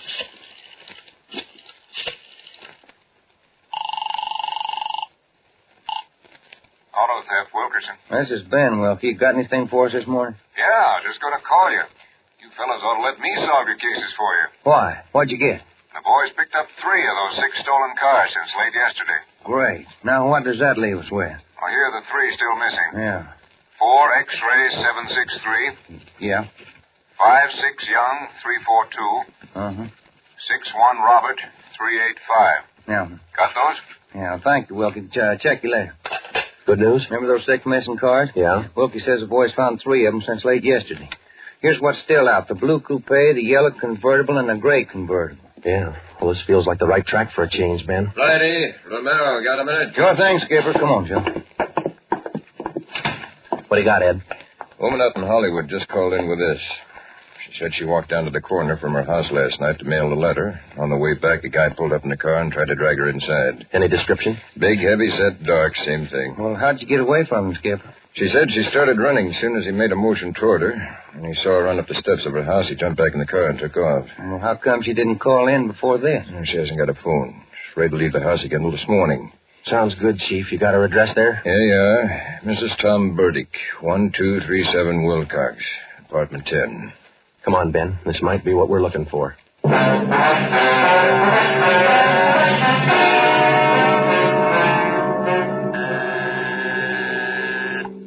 Who is it? Who's there? Sergeant Friday, ma'am. Police. Oh, just a moment. I'm Sergeant Romero, Miss Burdick. This is my partner, Sergeant Friday. We come out to check on your call about that little trouble last night. Oh, well, I don't know if I'm going to be much help to you. I was so frightened about all I could do was just run. Well, could you add anything to the man's description, Miss Burdick? I mean, other than what you told the chief on the phone? Well, now, honestly, I don't think I can. All I saw was this tall, dark man jumping out of his car and starting for me. He had a heavy build and seemed to me, well, a large head with lots of long black hair. Miss Burdick, would you recognize this man if you ever saw him again? Well, I think I might. He was such an unusually big man, almost frightened me to death. Well, just one more question, Miss Burdick. Could you describe the car this man was driving when he approached you? His car? Mm-hmm. Why, yes. It was a gray convertible. Miss Burdick, are you sure of that? Yes, I'm sure of it. A gray convertible. Thank you, Miss Burdick. That's all we wanted to know. Sometimes when you're on a case, you can chase yourself around in circles for weeks trying to fit together just 2 little pieces of a yard-long jigsaw puzzle. And a lot of the time, you find the answer where you least expect it. But once you get that feeling you're after the right man in the right way, there's nothing that can shake you. When Ben and I got back to headquarters, we went straight to the chief's office with the story, and we had him stake out the gray convertible. In other words, if any detective or officer spotted the car, he reported it back to us, but he stayed away from it. We figured that there probably weren't more than 2 of the victims who could take the witness stand and identify the man who robbed and beat them. Not with a smart defense lawyer, anyway. So there was only one way to catch this suspect. Red-handed. Here they are, Joe. Both sets of license numbers for that gray convertible. Here are the original, and here are the numbers on the stolen plate. Good. Everybody got a hot sheet? From the chief all the way down to the janitor. Fine. Now let's get together with Ed, huh? Hot shot, Joe. Grab it. I got it. On the corner of California and Oakwood, a woman badly beaten. On the corner of California and Oakwood, a woman badly... Come on, Ben, another one. But, Joe, it's broad daylight. Yeah, doesn't figure, does it? Come on.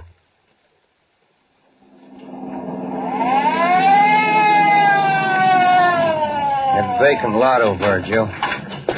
2 plainclothesmen and uniformed officers were keeping the crowd back. An ambulance was drawn up by the curb, but it was empty. When we got down to the rear of the lot, we found out why. They were waiting for the coroner. The woman was young, not much more than 30. Her body was half sprawled across the muddy ground, and her face was turned upward. It had been badly beaten. They figured it happened last night, Sergeant. Have the fingerprint men been notified? Yeah. How about the crime lab? Just called them. That's good. Now, let's keep everybody out of the area till they get here. Right, Sergeant. Who found the body? One of the kids in the neighborhood. Woman was dead when he found her. Did she live around here? About a half mile away. I hear she's got 3 kids. Or, she had 3 kids. Uh-huh. You seen enough, Ben? Yeah. Let's get on back to headquarters.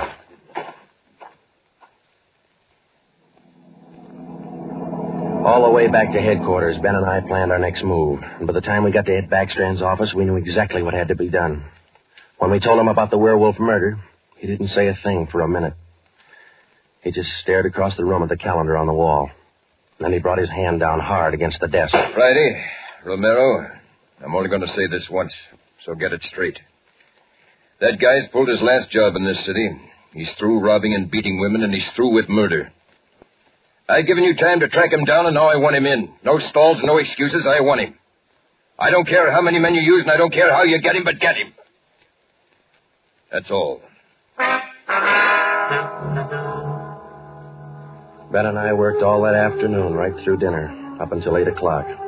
By that time, the overall plan was down on paper and already in action. It was one of the biggest things we'd ever tackled, and, well, we didn't know if it was going to work. We only knew it had to work. We had a squad of 65 cars to stretch out over 40 square miles of the city in one big dragnet. The blockade itself would be stationary most of the time, and working inside it would be 2 cars, 14 policewomen as decoys, with 2 plainclothesmen assigned to watch each policewoman. If and when the Werewolf was sighted in the gray convertible, we'd automatically take over the police radio for the whole city, and Backstrand would direct the chase from headquarters. A little after 8, we had coffee and hamburgers, and we went to Ben's for a few hours. Ben tucked his kid in bed as usual, and then he laid down for a nap. I talked to his wife until I dozed off in the chair. At 11:30, she woke us up. I combed my hair, put on my coat. Cops' wives are like everybody else's. They worry. When we met Ed at headquarters, we did some last-minute checking on details with Backstrand for about a half an hour, and then we were all ready to go. By 5 minutes past 2, half the Dragnet crew pulled out of the police garage and scattered over the city to their places. By 2:35, the other half pulled out, and a few minutes later, Ben and I followed. At 3 minutes to 3 that morning, Backstrand took over communications and checked every car in the operation. It was a good start. Every man in his right place by the right time. The trap was set. All we needed now was to find our suspect, the Werewolf, inside. Control 4 to Unit 80K. Control 4 to Unit 80K. 80K to Control 4. Go ahead. This is Backstrand standing by. 80K, roger. Clear. KGPL. Okay, Ben. Now let's go find him. I got a hunch, Joe. Let's try the Wilshire district first. Sounds all right to me. Let's go.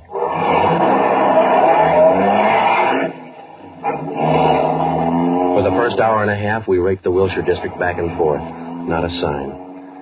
Then about 38 minutes past 4, we headed back for the downtown area and parked in an alley where we could double-check on one of our policewomen decoys. Here comes one of the gals now, Joe. Pat Field. Bet her feet are almost as tarred as mine. You see anything else, Ben? Nothing. Quiet as a church. No, wait a minute. Car just turned the corner. Heading up in the same direction she is. Joe. Joe, it's slowing down. Wait a minute. It's pulling up beside her. It's a gray convertible. It's him, Joe. Come on. Ben, get out. He sees us. He's got a gun. You all right, Ben? Yeah, look at that guy take off. 80K to Control 4. 80K to Control 4. We've spotted the suspect. He's driving a gray Ford convertible, license 61 Robert 385. Suspect's headed east on Olympic from Alameda, driving without lights. Suspect is armed. He had a fast car, and he knew how to drive it. We almost lost him twice. 2 minutes after we sighted him, Backstrand took over full radio control. Control 4 to Unit 80K. Your location? 80K to Control 4. We're traveling at a high rate of speed, headed east on Olympic, crossing Soto Street. Control 4 to all units. Stand by. Units 11A, 12, and 13R close in on the intersections at Olympic and Marina. Units 41, 42, 45, and 104K move in on the next 4 crossings east of that. To the north and south, units 105K, 14A, 17R, 43T. Block all main arteries.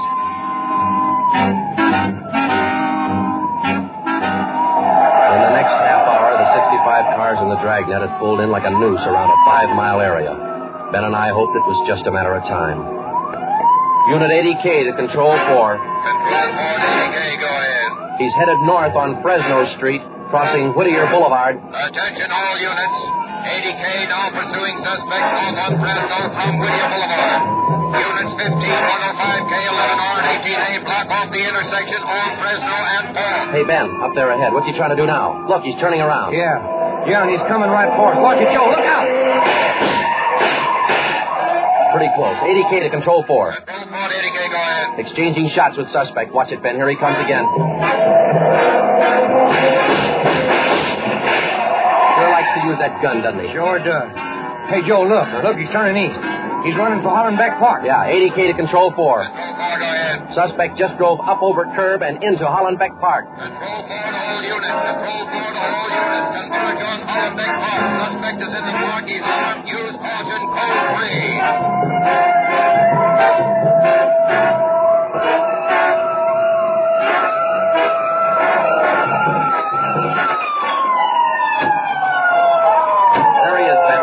Looks like a nice baseball game with all these headlines. Yeah, come on, let's get him. Yeah. Never say die, huh, Joe? Joe, can you get a shot at him? Don't shoot! Don't shoot! I'll give up! Don't shoot! Then step out in the open and get your hands in the air. All right, I'll give up! But don't shoot! You're a brave killer. Yeah, come on. All right, you get your hands in the air. Come on, higher. Joe, look out, he's got a knife. I got him. Joe, those women were right. He does look like a werewolf. Yeah. You got your handcuffs? Yeah.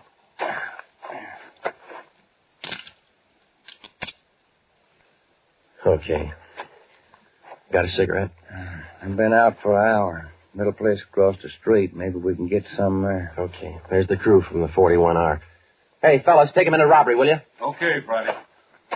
I think there's a vending machine in there. Uh-huh.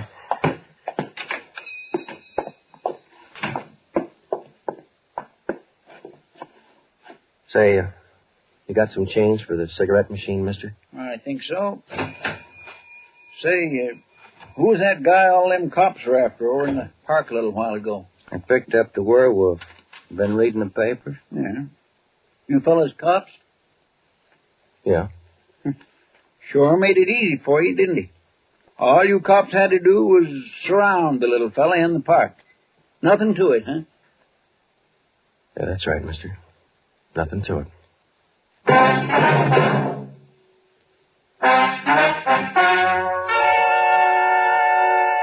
The story you have just heard was true. Only the names were changed to protect the innocent. Walter Barton, known as the Werewolf, was tried and convicted and is now serving a full life sentence at the state penitentiary.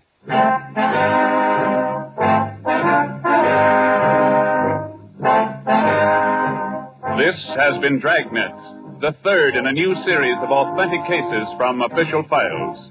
Technical advice for Dragnet comes from the office of C.B. Horrell, Chief of Police, Los Angeles Police Department. Tonight's program is dedicated to Sergeant Mario Victor Dairo of the Los Angeles Police Department, who, on the morning of January 1st, 1943, gave his life so that yours might be more secure.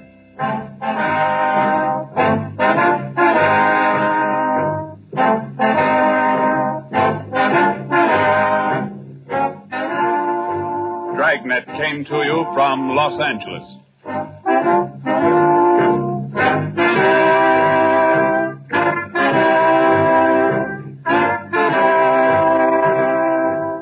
This is NBC, the national broadcasting company.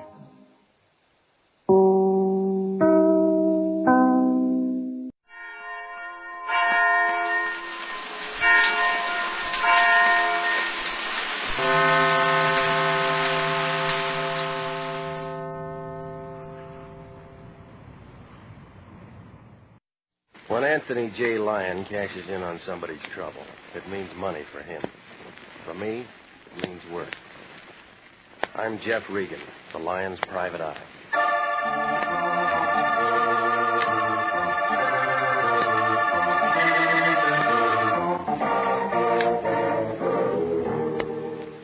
Here's the kind of program you've been waiting to hear. Hard-boiled action and mystery as told by Jeff Regan, Investigator. So stand by for trouble. Stand by for suspense. Stand by for adventure. In tonight's story, The Lady with the Golden Hair.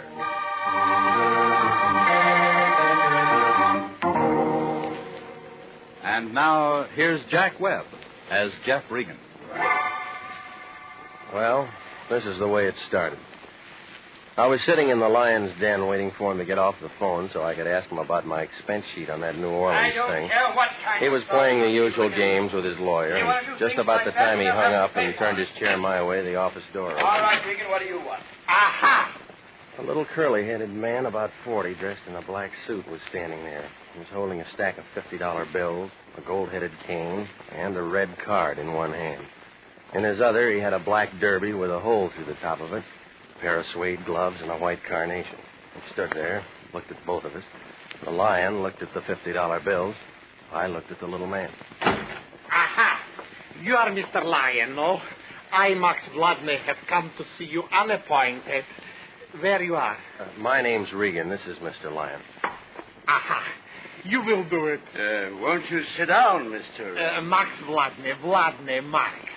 1642 Mulholland Drive, Hollywood 28, on Imperial Studio payroll. Time I do not have. I will not sit. Aha. I demonstrate. See you. That flower I do not need. This, a ticket because I too long park, I also do not need.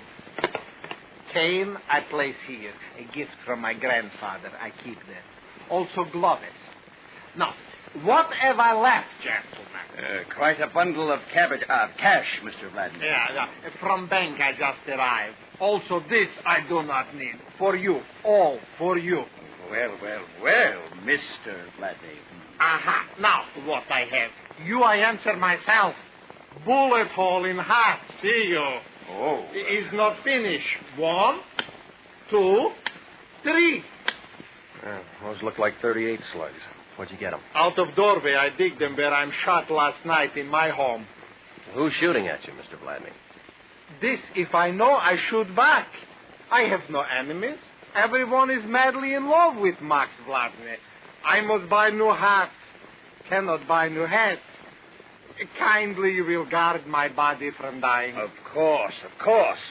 Now, you've certainly come to the right place, Mr. Vladimir. If your life has been threatened, you can depend on International Detective Bureau to see that no harm comes to you. Therefore it is so. We see. I understand perfectly. Well, if somebody shot at you last night, why didn't you call the police? Mr. Regan meant to ask who recommended you to International. Aha, I explain.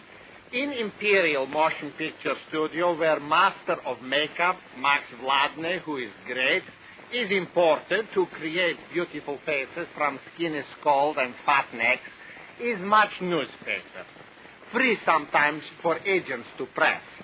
Hollywood police might think because I work on great gun epic, tie my rope tight, is free trick for agents to press. But is not joke. To you I come to take no chance. Yeah. In I am, Mr. Regan. Of course you're in, Mr. Vladimir. And Mr. Regan here will stick right by your side until we can get to the bottom of all Now, this. wait a minute. If I have to, I'll use every man on my staff to protect your life, Mr. Vladimir. All of the resources of International Detective Bureau are behind you. Regan, I'm entrusting you with Mr. Vladimir's life. Already better, I feel. We start. And call me, Regan. Call me. I know. Call you if I run into trouble. Come on, Max.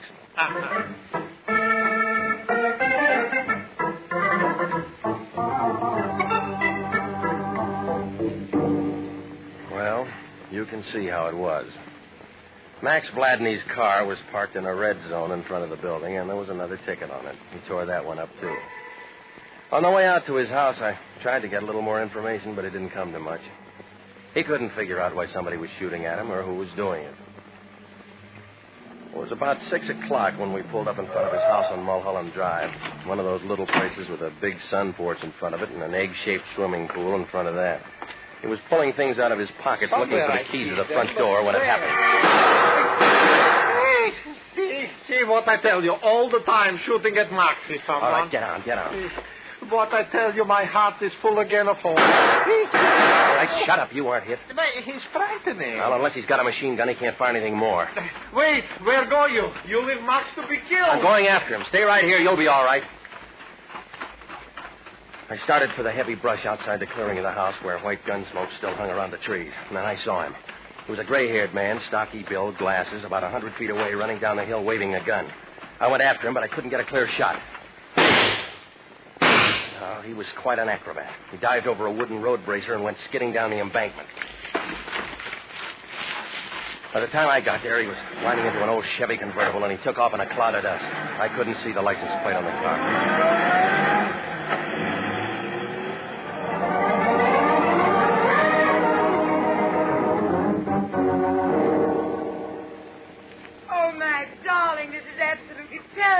Terrible, darling.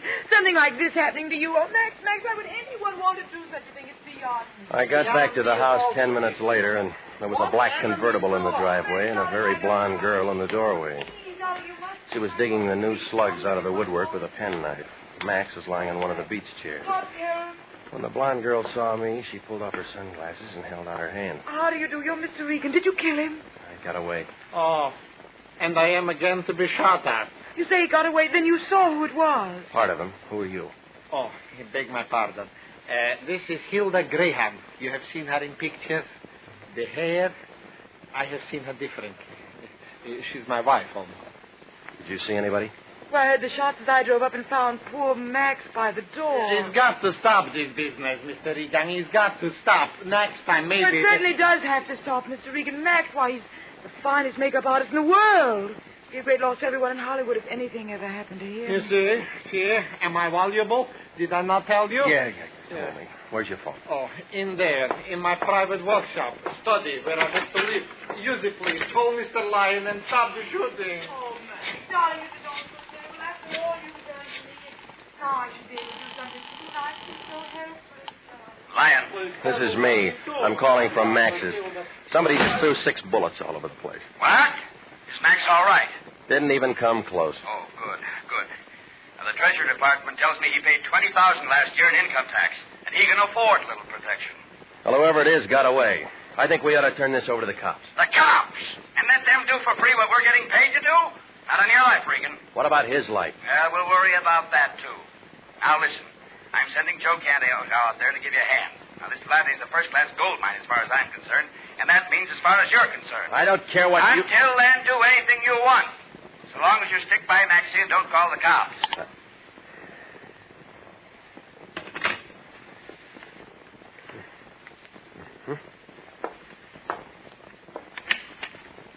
I figured.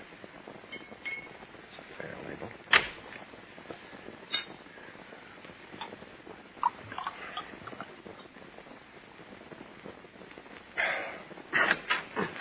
Blue phoning, Mr. Regan? Yeah. You want one? No, thanks. I've something much better than that at my house. I'll bet you have. I live all alone in Toluca Lake. End of the canyon. I'll remember that when I get thirsty. Who do you suppose is shooting at Max? You tell me, lady. I just met him. I thought you said you saw whoever it was. I did. Well, aren't you going to look for him or send out an alarm or whatever you do? Yeah, whatever we do. I see. Don't you think you ought to be in there holding hands with Max? He's had a hard day. Max? Oh, he's resting now. Do you think he's the kind I'd really have something in common with? I wouldn't know, lady. Well, as a matter of fact, I was just leaving. I have to be at the studio early tomorrow. If there's anything I can do at all, I'd be only too happy to cooperate. Yeah, why don't you start by giving me those slugs you were digging out of the doorway? Oh, I completely forgot about those. Here, I meant to give them to you. Thanks, I'll need these. Really, whatever on earth for? Comparison test, the ejector marks, the firing pin dents. You can tell if they were fired from the same gun if you want to look into it. And, of course, being a detective, you want to look into it. That's right, I want to look into it. Well, Mr. Regan, it's been nice meeting you. I know you'll take good care of Max. If there's anything I can do... Yeah, I'll give you a ring. Bye, Mr. Regan. Till we meet again. I followed her out the door and watched her pat Max on the head, kiss him on the cheek. And then she slid under the wheel of that convertible like she'd been built right along with it. That famous gold in the hair was blowing behind her by the time she got onto the main road. Be careful, careful. How lovely she is, Mr. Regan, huh? Yeah, Maxie, she's just fine. For her, too, you must keep me alive. She needs me. Yeah. What now? We wait for another guy. Aha, reinforcers. I like you, Mr. Regan. Already better, I feel.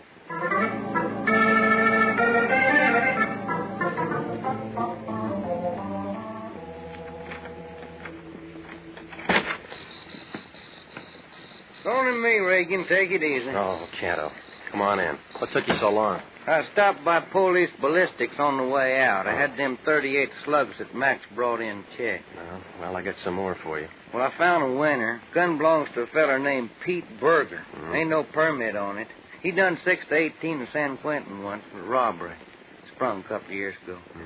Address? Yeah, a place on Figueroa right off of Sunset. Here. Thanks.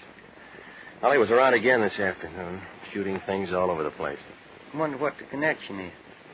I'm going to find out before Maxie does. You take over, Joe. Okay, where's our clay pigeon there? Roosting in there. Keep your eyes open, Canto. I'll get back as soon as I can. Oh, take your time, son. Joey the Canto is on the job. Yeah, I feel better already. Hey,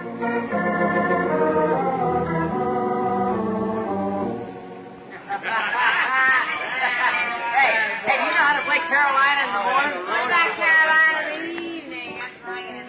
Well, if there isn't a stranger in our midst, boy. Get a look at that. Will you white straighten off? Curly hair. Hey, sure shine. He's got big feet. Yeah, awful big feet. What'll it be, mister? Mom champagne or beer? Neither one, lady. Well, we ain't got either one for you, copper. You picked wrong tonight. Flossie never picks them wrong. I can tell by your feet. You're paid by the city or you're a private peeper and somebody else pays you. Makes no difference to me. All spell copper. What do you want? No fuss with you, Flossie. I'm looking for Pete Berger. Who? Pete Berger. This is his last address. Ain't never heard of no Pete Berger, and neither has anybody else. And he ain't never lived here, and you got a wrong steer. That door lead to rooms upstairs? Yeah, that door leads to rooms upstairs. Mind if I take a look? I mind a lot of things, Seamus. And taking a look is one of them. All right. This Pete Berger you don't know, never heard of, was throwing a lot of lead around yesterday and today, and I'm going to take a look anyway. Wait. Hey, you can't go up there. I was only halfway up when a man in a gray sweatshirt backed over to the top of the stairs. There were 3 red holes just about the center of the sweatshirt. He turned around and tried to say something. I saw what was going to happen, and I hugged the side of the van. Oh, Pete. Oh, Pete, honey.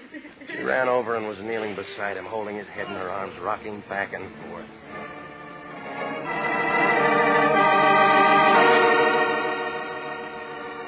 Yeah, you guessed it. It was the same man I'd chased all afternoon. And he didn't live 5 seconds.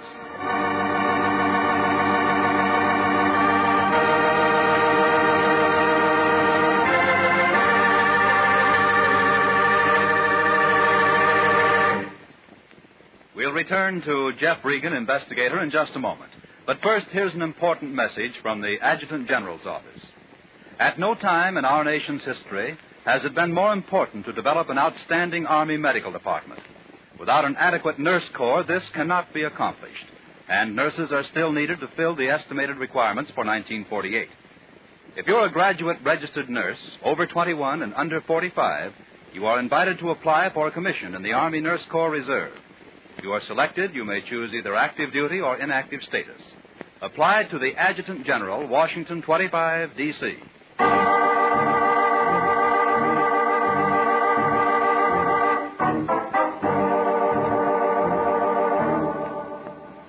And now, back to the story of the lady with the golden hair. And Jeff Regan, investigator.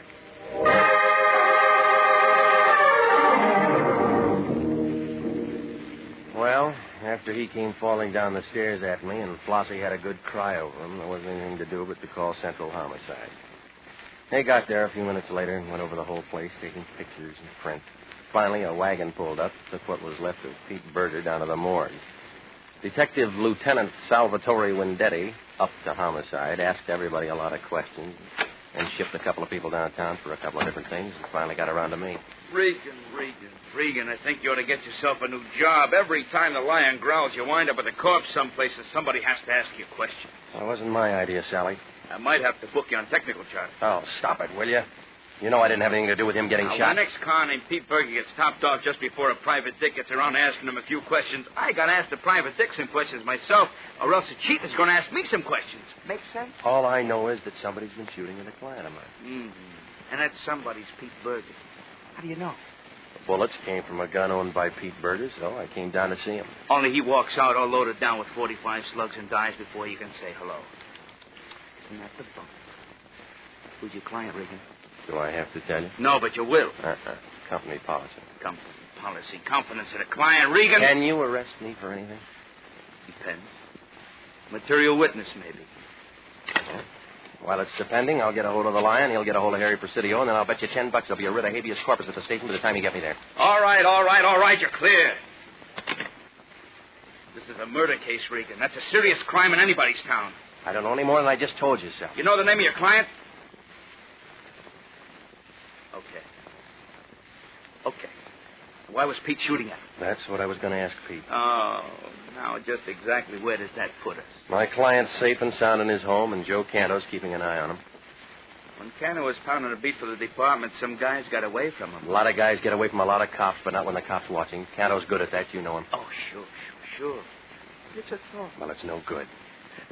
Before Pete Berger went to San Quentin, he was never very handy with a gun because his eyes were so bad he couldn't see his hand in front of his face. He didn't hit anything yesterday or today, but he was sure trying. Now, Flossie told me Pete's been playing stuntman in pictures, making a buck at it. It seems he learned all his tricks while he was in the clink. They have a nice gym up there.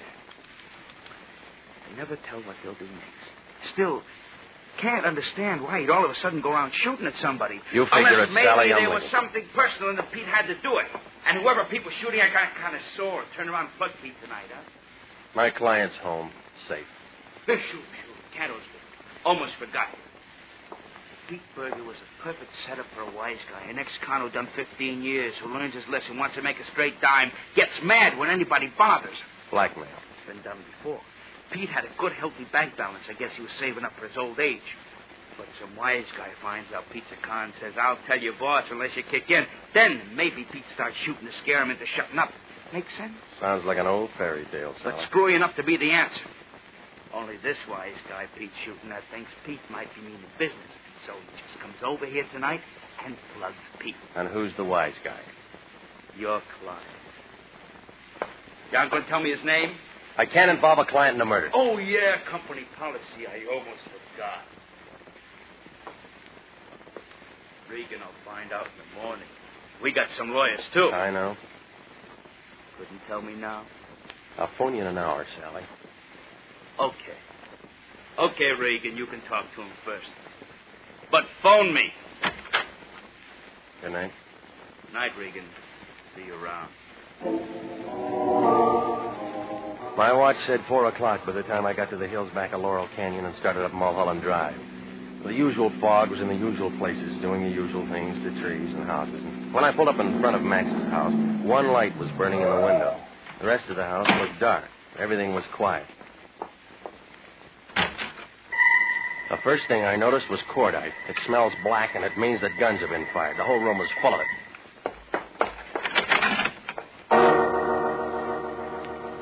Max Fladney was lying half on the floor and half on the table he'd used for a workshop. A bottle of spirit gum was spilled on the floor along with some false blonde hair and a cracked wig block. He had one free arm around a white plaster cast of a head, just like it was a doll. There were 2 blue holes in the middle of his forehead. I just stood there looking at him when I heard a noise in back of me. It was Canto, and he was on the floor at the foot of the bed. Oh, Don't try to move me, Regan. I've been laying here waiting for you. It's in my lungs somewhere. I don't think I got any blood to spare.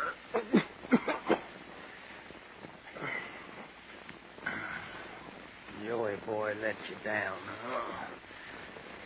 It happened an hour after you left.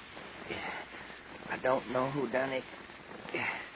There was a lot of noise in Max's room, and I come in, and next thing I knowed, I'm taking a slug myself. Hey, call me a doc, will you, Regan? I got a date tomorrow night. She's been trying to get rid of me. Does it give her a good excuse? Guess Lionel'll be mad, huh?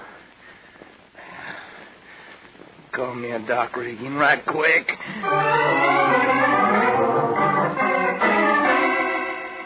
Well, I made a lot of phone calls before it was all over. Hollywood Receiving Hospital, Windetti, Central Homicide, and I got the Lion out of bed and told him what had happened. He said he'd meet me at the hospital. I hung around a while and talked to Windetti. He didn't have much to say. When he got through poking around, he gave me a lift as far as the hospital. The Lion was standing around the hall when I got there. It was the first time I'd ever seen him look tired. Hello, Regan. I just talked to the doctor. This is going to cost plenty. How bad is it? $25 a day for a room, plus surgery. No, I mean Canto. Oh. Bullet penetrated upper lobe of his right lung. Here, they pulled this out. 45 slug. Who shoots 45s that good? Lots of people. Same kind of people who go around killing Pete Berger and Max Vladney. Yeah. Candle getting himself shot's going to eat up every penny we might have made on this thing. Is money all you ever think of? What else is there to think about? If you got it, you're fine. If you haven't got it, you're nothing but a bum. One of your own men is lying in there wondering if he's ever going to live or die, and he took that slug because you sent him on the job. Everybody dies. I'll give him a citation. You big pile of blubber. I ought to push you out a window. Now, talk like that isn't going to help anything. No, but I know what now, is. Wait a minute, Regan. This is a police job. Oh, now it's a police job. Yeah, like I told you. And you can't go running around sticking your snoot into a couple of killings and giving International a lot of bad publicity. Now, get this, Fatso. I'm going out and find the guy who plugged Canto. Now, you listen to me. I want it down in the books and the papers and any place else that an International operator brought in the guy who killed one of their clients and shot one of their men. I won't be responsible for anything that happens. Okay, if you don't like the way I do things, you can pull my license right off the wall and get yourself another boy. Hey, where are you going? Come back.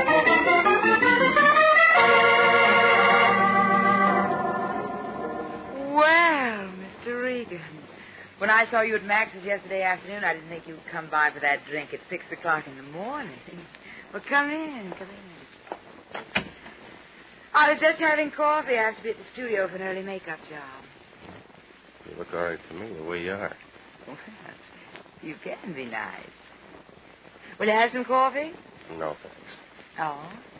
I just stopped by for a minute. I'm afraid I have some tough news for you. Max. Something happened to Max. He's dead. Oh, no. Not Max. Oh, Somebody shot him 3 hours ago. why would anyone want to kill Max? That's what I'm going to find out. Max expected me to marry him. So many plans. What can I do to help, Mr. Regan? What can I do? All right, now look. A smart cop named Windetti is going to be knocking on your door pretty soon. He's going to ask you a lot of questions about Max. Give me the answers first. Would you mind terribly if we sat down? Max was all I had. I want to be near someone. Sure. I know I'm acting silly about this. What is it I can tell you, Mr. Regan? Did Max ever mention a man named Pete Berger? No. Never heard that name before. Well, he worked at the same studio. He was the one that shot at Max yesterday afternoon. And he killed Max? No, he's dead, too. He was shot to death an hour earlier. I was there. I'm not very good at this kind of thing. What are you trying to tell me, Mr. Regan? Both of these killings were done by an amateur, and not very good jobs. But there had to be some reason. I don't know. I've been in the business a long time, lady. Too long.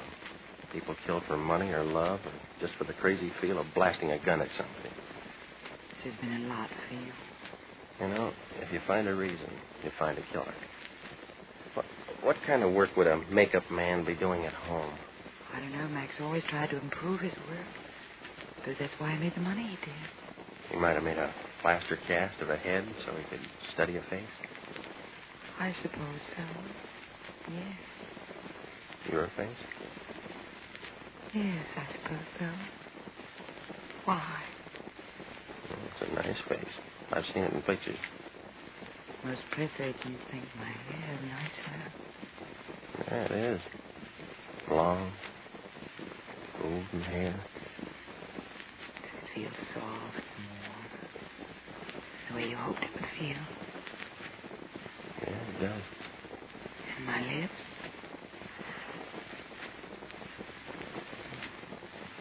I don't feel bad doing this. I never did love Max. I was indebted to him. I was terribly ill several years ago. He helped me. I can see why he felt the way he did about you. Can you? I like the way you did that. I know what Max had been working on. It was something for you. Really? He was holding a plaster cast of your head in his arms when I found him. Of course, there was no hair on it, and it looked kind of funny. Don't say that! Don't ever say anything like that! Yep, now I got it. What are you talking about? Murder, lady, lots of it. You killed a poor ex-con because he bungled a job you blackmailed him into doing. You shot him last night because I was going to talk to You're him. crazy. Why would I do a thing like that? Then you went over and you killed Max. And while you were at it, you pumped a slug or two into Joe Cano. There's got to be a reason. Every newspaper in the country's going to carry your story, lady. Oh, yeah. Hilda Graham, the one with all the long golden hair, is really as bald as a fresh egg. Shut up! Shut up! Don't you ever say anything like that in front of me. Why are you... Go ahead, lady. Pick up that paperweight and I'll break you in two. Now, come on. Let's go. No. Oh, no, you can't. You mustn't. They'll find out about my hair. Please, please don't tell them about my hair. I couldn't stand that. Please. Oh, please, you know how nice I can be. Lady, you're a bum.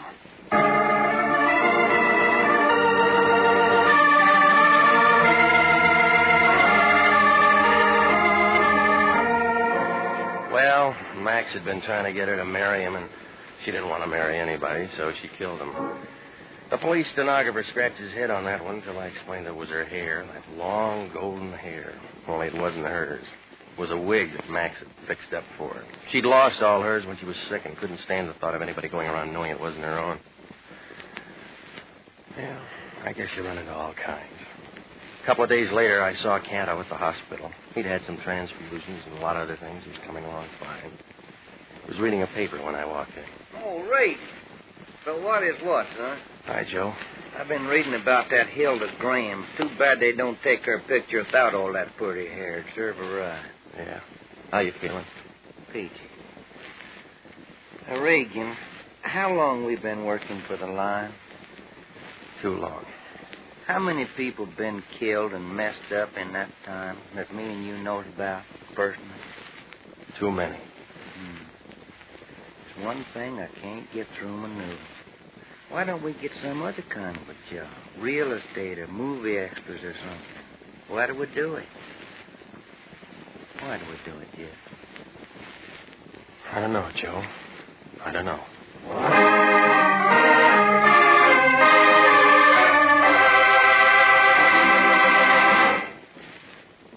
Jack Webb is featured as Jeff Regan, with Wilms Herbert as Anthony J. Lyon.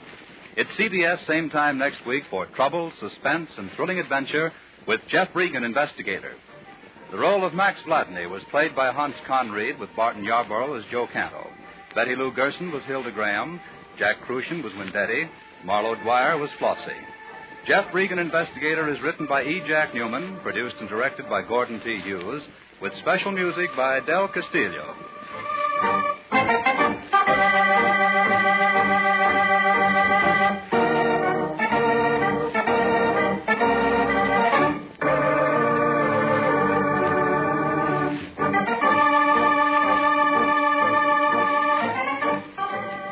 This program came to you from Hollywood. Bob Lamont speaking for CBS, the Columbia Broadcasting System.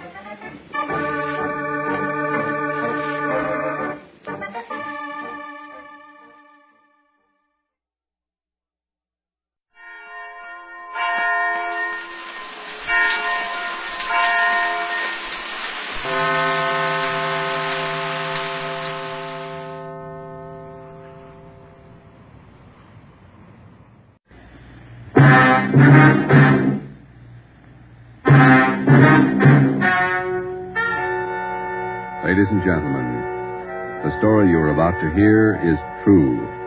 Only the names have been changed to protect the innocent. NBC brings you Dragnet.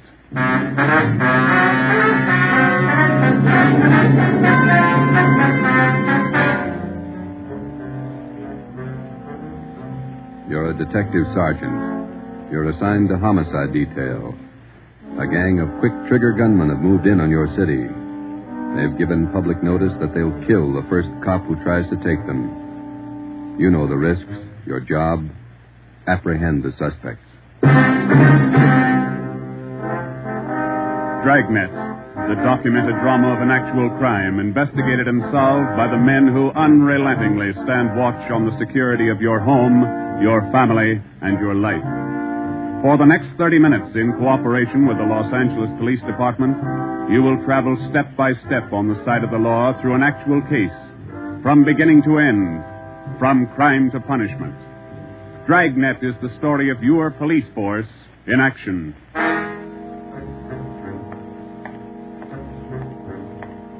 It was Wednesday, April 17th. It was warm in Los Angeles. We were working the night watch out of homicide detail. The boss is Ed Backstrand, chief of detectives. My partner's Ben Romero. My name's Friday. I was on the way back from the record bureau. It was 4 minutes to 6 when I got to room 42. Homicide. Hey, Ben, I pulled a package on the Raymond killing. And that proves you can still read, Friday. He said it, Joe. Your pal, Fred Lindsay. Hiya, Fred. What's doing? Busier than you are. We know what we're looking for. Just having a little trouble finding them. That's the way it is with automobiles. They misplace so easy. Not normally, they don't. We got a small-size epidemic on our hands. Well, don't let us keep you, Fred. Just ducked in here for a breath of calm air and to invite you to dinner for the last time. The wife and I are still waiting for the first time. How about it, Joe? Ruth's got a new pressure cooker.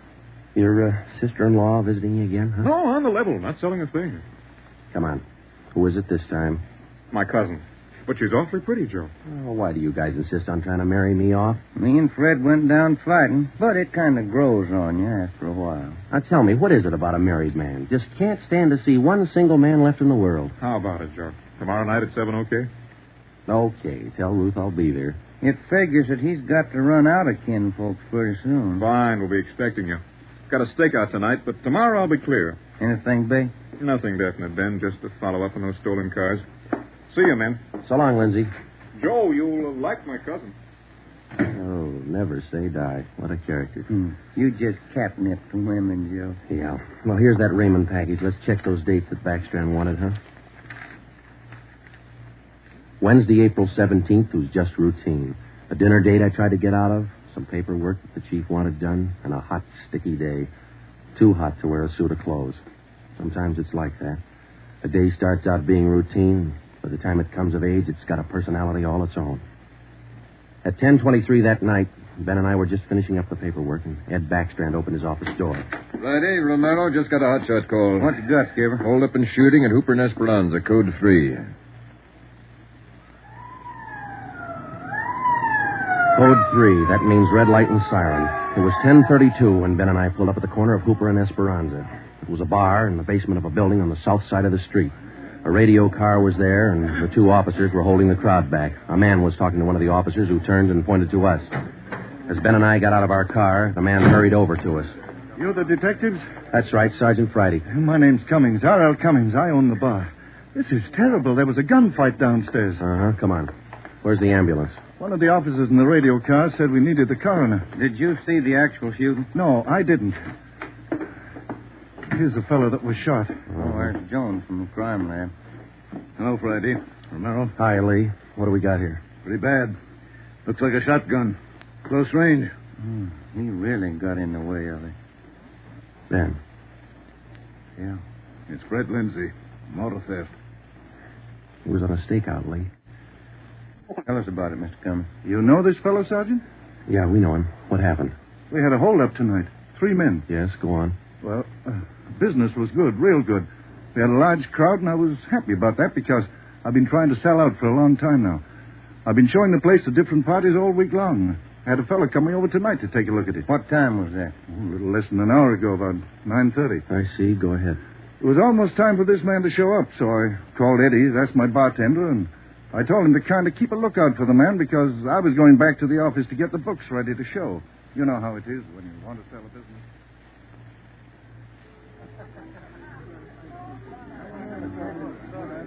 You'll watch for him, Eddie? You bet I will. If you want me, I'll be back in the office. Keep your mouth shut and stand still. Huh? You own this bar, don't you? Well, yes. What is this? You're the boy we want to see. Which one of you? All three of us. What's going on? What's it look like, genius? Just a stick-up. I haven't any money. You go to the bank on Thursdays, don't you? Well, I made my deposit today instead. I've been watching you for a month now. Don't give us that. You go to the bank on Thursdays. Now, come on, hand it over. I'm telling you the truth. I usually go on Thursdays, but I went today instead. You're lying, Ace, and we ain't got much time. Look, you can have all the money I've got on me. I think it's about $200. But that's all I have. Here. Why argue with him? Take what he's got and we'll shake the customers down. No, please don't do that. You got my money. Isn't that enough? No, it ain't. Come on, let's go out front. That's about all I remember, Sergeant. When I come around, I was lying on the floor of my office. You better have somebody take a look at that cut on your face. Yeah, I'm going to right away. There's my bartender. He saw the fight. What's his name, Eddie? Yeah. Eddie. Yes, sir? These men are detectives, Eddie. Will you tell them what you saw? Oh, it was pretty rough. And tell us what happened when they started to shoot. That fellow the coroner just took out of here sure was long on nerve. Took on all three of them single-handed. Tell us what you saw. You ought to get that fellow's name. Sure had a lot of nerve. Took over just like he was a cop. He was a cop. Now, what did you see? I pegged him for a cop. Well, he was sitting up at the bar. Been nursing a bottle of beer for about an hour. I was keeping an eye on the front door, watching for this fellow the boss wanted to see. So I didn't see the three hold-up men come through from the back. But I heard them. All right, let's knock it off. You can all see this shotgun. Anybody make a move and I'll blow your head off. Bemis, cover the front door. Got it. Sickles, shake them down. Okay, gents. You guys in the band, keep that music going. The rest of you people turn around and face the bar. Put your hands on top of the bar and leave them there till we tell you to move. Come on, hurry up. Knock it off. Okay, Sickles. We'll take your money, your watches, anything else you got. Now, don't try to be cute and hold out. All right, you, take off the watch. I'll get your billfold. You, lady, let's have the ring. This man they called Sickle went right down the line, took everything he could lay his hands on. This cop, your friend, was facing me at the far end of the bar. He was standing there just like the others. He kind of leaned toward me a little. Can you see the guy with the shotgun? Yeah. Where is he? Center of the room. The other guy still at the door? Yeah. Got his gun out? Holding it in his right hand. How far down the line is the other guy? About 10 people away. Hey, you two down at the end there. Knock it off. Hurry up, Sickles. Doing the best I can. Come on, let's have the purse, lady. You, next to the lady here, get the watch off. I'll take this wallet over. How far away now? Getting closer. But we better shut up like he says. I'm going to take the one with the shotgun first. He'll blow you to pieces. I got a gun. How far away is that guy now? I thought Jans told you two to shut up. All right, Sickle, try to move and I'll break your back. Let me go. Go ahead and shoot, Jans. Get away from him, Sickles. All you people at the bar, down on the floor. Okay, you with that shotgun, drop it. Bemis, can you get a shot at him? Not without hitting Sickle. Come on, you, I'm waiting. You got us all wrong, boy. We like Sickle, but not that much. The cop was holding Sickle as a shield. When the big guy let go of the shotgun, both the cop and Sickle ducked. The cop didn't get hit. But this man Sickle fell over on his face, grabbed at his arm. The man with the shotgun went down on one knee, holding his stomach. The man at the door took a shot at the cop, but he missed. Then the cop fired 3 shots at the man by the door. Looked like the first 2 missed. But the last one caught the man in the leg and he went down. Well, by this time, the big guy with the shotgun had recovered enough to hold his weapon again. I tried to warn the cop. Look out! The guy with the shotgun! I see him. The cop pointed his gun and pulled the trigger, but he was out of shells. Boy, Sergeant, my stomach knotted up when I heard that hammer fall against those empty chambers. The cop threw his gun at the guy with the shotgun and then ran right at him. You know, it was just as if that cop was trying to run right down the barrel of that shotgun. I glanced at the cop on the floor, then I tried to follow the 3 of them as they made their way out of the bar. They jumped into a car out front and drove off. The kid, I used to watch Bill Hart take on a whole gang in the movies, but this way, right in front of my eyes, Sergeant, he was an awful brave guy. Did you get the license number of their car? No, I didn't. I couldn't see very well. You got a pretty good look at all three of the men, though, didn't you? I believe I'd recognize any of them. Thanks, Eddie. What's your last name? Bowers. Eddie Bowers. Got that, Ben? Yeah. You'll be hearing from us, Eddie. We may want you to look at some pictures for us. Glad to help any way I can, Sergeant. I hope you get the men that shot this cop. You're sure going to try, aren't you? Yeah, Eddie. We're sure going to try. The next step was for Ben and I to make a complete report to Chief Ed Backstrand. They got Lindsay, huh? That Fred Lindsay an auto theft? Yeah, that's right. Good cut. You say he wounded 2 out of the 3 in that holdup? Yeah. That means they'll have to have medical attention in a hurry. We'll check all the small hospitals, cover all the drugstores to get a line on anyone who's bought medical supplies in the last hour. Uh-huh. As soon as medical detail notifies Miss Lindsay, I'd like to go over and see her. Smith and the medical detail's out there now. By the time you get back, we may have a flash in the drugstores or hospitals. We'll be back in 30 minutes. Call in when you get out there. Right, Ed. You might carry this with you. Yeah? I'm sick. I'm sick to my stomach about this thing. I want you to get those 2-bit punks. I don't want them to see another sunrise. Got that, haven't you? Yeah, Ed. Let's go, Ben. Chandler? Yes, sir. Put out an APB. Have communications broadcast the descriptions of these suspects every 30 minutes until further notice. Get them to communicate right away.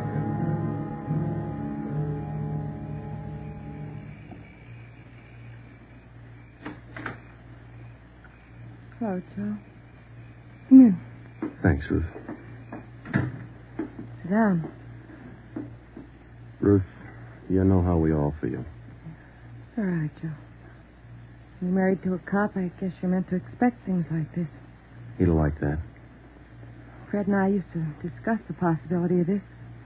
Used to worry about him. I used to worry a lot, Joe. All those nights when he was away and days, I used to worry. Now I know he's safe. Anything you want or you need? Thanks, no, Joe. Anything at all that I can do? Yes, Joe. I think there's something you can do. You and Ben are assigned to this case, aren't you? That's right. Then be careful. Thinking that you and Ben will have to face those killers.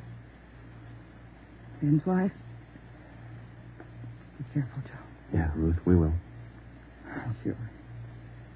I want to see you get the men that did this to Fred. More than anything, I want that. No more heartaches. Yeah. Thanks for coming by, Joe.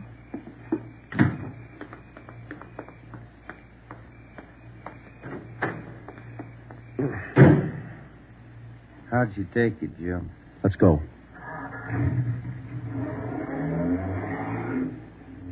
Joe, how'd you take it? You're married, Ben. You figure it. It was 11:30 when we got back to Central Division. As we walked into the squad room, Backstrand was waiting for us. Friday, we just got our first lead. We've located a druggist who said he sold some medical supplies to a man about 45 minutes ago. There's the address. Pretty close to the scene of the shooting. I'll hop out and see him right away. The Rex Pharmacy was exactly 14 blocks from the Red Feather Bar where the shooting took place. Rex Pharmacy was like your corner drugstore, complete with apothecary jars and shower curtains. The druggist was the same little man who's been prescribing sulfur and molasses since you were a kid in school. Just about ready to close. What can I do for you, gentlemen? We're from the police department. I've been halfway expecting you fellows. We got a report that you sold some medical supplies to a man about an hour ago. Yes, sir, that's right. It's like I was telling those other officers that were here a while ago. There was something funny about that little fellow. How you mean? Well, for one thing, he came in here sweating quite a bit. Of course, it's a warm night, but he seemed terribly nervous. Anybody with him? No, he was all by himself. What did he buy? Well, it wasn't so much what he bought, but how much. What do you mean? You know how most people buy iodine, a little 10-cent bottle. He bought a couple of pints. Then there was all that gauze and adhesive tape. Bought enough to repair a small army. Cotton, box of swabs. Then he asked me something that made me wonder. What was that? Asked me if I had something to probe with. That's just the way he said it. Something to probe with. I asked him, what do you want to probe for? What'd he say? Said a splinter. I told him a sewing needle would do the trick. He said forget it, and then he paid me and walked out. Uh-huh. Did you describe the man? He's a small man, dark. Like I said, awful nervous. You think you could identify him? Oh, sure I could. If I ever saw him again. Well, did he leave on foot or was there a car outside? Left in a cab, parked right out in front. Couldn't miss it. Did you happen to take down the license number? Well, no, I didn't. But I did jot down the taxicab number. Would that help? Taking down cab numbers isn't exactly in a druggist's line, but because he had the presence of mind to do that one small thing, we accomplished in 10 minutes what could have well taken as many weeks. Maybe with this small wedge, we could do what Backstrand wanted us to do, get the killers before another sunrise. Well, it was close to midnight when we stepped into the drugstore phone booth. I called the cab company, got the night supervisor. I gave him the number of the cab, and he checked his location chart. Cab 375 was operating out of a stand at Wilshire and Greenhaven. He was the right driver, and he remembered the fare. Sure, I know who you mean. A little guy seemed in a big hurry. It was a long fare, though. I took him out to Inglewood. Wait till I check my log sheet. I'll give you the exact address.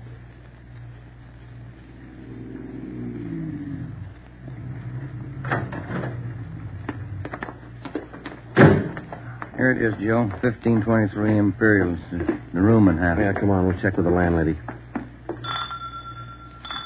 Kind of late, Joe. Yeah, let's stand away from the door, huh? Might not be the landlady who answers. Yes, what do you want? Police department. Oh, just a minute. Let me see your badge. There you are, ma'am. I'm Sergeant Friday. This is Romero. Homicide. All right. Now, what do you want? I run a good, clean rooming house It's here. not the house, lady. It's one of your tenants. Which one? That's what we want you to help us on. Look, do you men know what time it is? Come back here in the morning. Sorry, this can't wait till morning. Well, I'm not going to invite you in. We'll talk right here on the porch and keep your voices down. My tenants work during the day. Whatever you say, ma'am. Now, what is it you want to know? We're looking for a small, dark man. Well, I got 3 here. Could fit that description. No, he came in late tonight, about 45 minutes ago. I wouldn't know about that. I don't spy on my people. This is very important. You'll have to keep your voices down. Sorry. He's dark and he's small. Why didn't you say he was dark? You must mean Mr. Tyndall. What's he done? What's his room number? He's in room 10, but I can't allow you to tramp up and down the stairs at this hour. You'll wake all my roomers. We'll be as quiet as he wants us to be. Now, what do you mean by that? Is there going to be trouble? I don't know, lady. Where do we find number 10? The end of the hall, last room on the right, and keep your voices down. If you'll just wait in your room, lady, we'll call you for watching. Okay, here we are. If I keep the door clear, Ben, we might have trouble. Think they all in there? We'll know in a minute.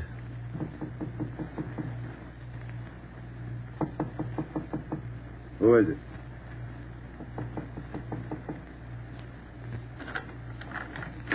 What do you want? Police department. I'll try to close it, Joe. What do you want with me? What are you looking for? Close it's empty. What'd you say your name was? Tyndall, Bob Tyndall. New name, but same face, huh, Joe? Yeah, how long you been out of jail, Tenny? My name ain't Tenney, it's Tyndall. Your name's not Tyndall, it's Sam Tenney. We sent you up on a robbery charge 4 years ago. Now, isn't that right, Tenny? No, it's not right. You got the wrong man. I never been in jail. Yes, you have, because we sent you there. Now, come on. Who'd you buy the medical supplies for? I don't know what you're talking about. Look, Tenny, it's a hot night and it's late, so let's cut out the smart talk, huh? Who'd you buy those medical supplies for? Tenny, look, you're a 2-time loser right now. Who are you shielding? You got nothing on me. I ain't done a thing. We can prove that you bought those supplies tonight, and it can go kind of hard on you. So let's open up. I haven't been out of this room all night long. We got a druggist and a cab driver who will make a liar out of you. I still don't know a thing. That cab driver hauled you home here 45 minutes ago. Where were you? I was out on a date. Is that who you bought the medicine for? Ben, call the druggist and get that cab driver. We'll take Tenny downtown. All right. All I did was buy the bandages and stuff. I got nothing else to do with this. Who'd you buy the stuff for? Now, you know everything else. You figure it. Oh, now, look, punk. We know there were 3 of them. One of them killed a cop. We're going to get 2 of them, Tenny. You're not going to stand in our way. They killed somebody. They didn't tell me that. Who didn't tell you? I don't want any part of murder. I'm going to tell you who it was, but I'm clean. I got nothing to do with it. I was trying to help them out of a jam. Who were you trying to help? It was Roy Bemis, Charlie Sickle, and Red Jans. They didn't tell me nothing about murder. Well, why'd you help? They offered me a pretty good piece of change to run an errand foreman. You know I got paid for. That's all I had to do with it. Where did you deliver those medical supplies? I have to tell you that. I'm afraid of Jans. He's awful free with that shotgun. We'll give you protection. Now, where are they? Can I go to jail till you get them? You'll get protection. Give us the address. It's an apartment house. Just around the corner from here. The Blue Eagle. We took Sam Tenney down to Central Division with us. On the way downtown, he told us that Red Jantz and the other two had their room at the Blue Eagle barricaded. Tenney said that they told him that they'd kill the first cop who tried to take him. Well, we knew they were wounded. He told us that Sickle had an arm wound, Bemis got it in the leg, and Jantz had a slug in his side. We figured they'd be weak from the loss of blood, and we could take them easy. You'll never take those guys easy. Sure, they lost a little blood, but they had enough fight left to stack that room. And they got enough left to kill you if you try to take them. On the way to headquarters, we stopped at an all-night drive-in and called Ed Backstrand. We told him we had a radio car watching the Blue Eagle. We gave him the whole story and told him we were on our way in. By the time we checked into Homicide, Ed had the plan all mapped out. It was 2:25 a.m. Here's the map from the city engineers. It's one city block bounded on the north by Hawthorne Street, on the south Lawndale Avenue, on the east 16th Street, and to the west 17th. The Blue Eagle apartment house is right here, on 16th and Hawthorne. West of the Blue Eagle is a private residence. South of the Blue Eagle on 16th is a vacant lot. There are 12 apartments in the building. The men we want are on the second floor, number 11. And that apartment faces east on 16th. How do you want to handle it, Ed? Now, Baker and Moorheim will evacuate the private residence. Friday, you and Romero clean out the apartment building. Right, Skip. All traffic is being diverted. The entire block is completely isolated. We'll throw up a cordon. As soon as we clear the residence, nobody goes in, nobody goes out. Will you brief us again when we get there, Ed? I'll give you all the briefing you need right now. Get this. These guys have already killed a cop. I don't want to lose any more. You know they're heavily armed and they're desperate. Have the men draw shotguns, tear gas, and Tommy guns. I'll take care of that, Skipper. All right. Now, we're not going in after these punks like tin horn heroes.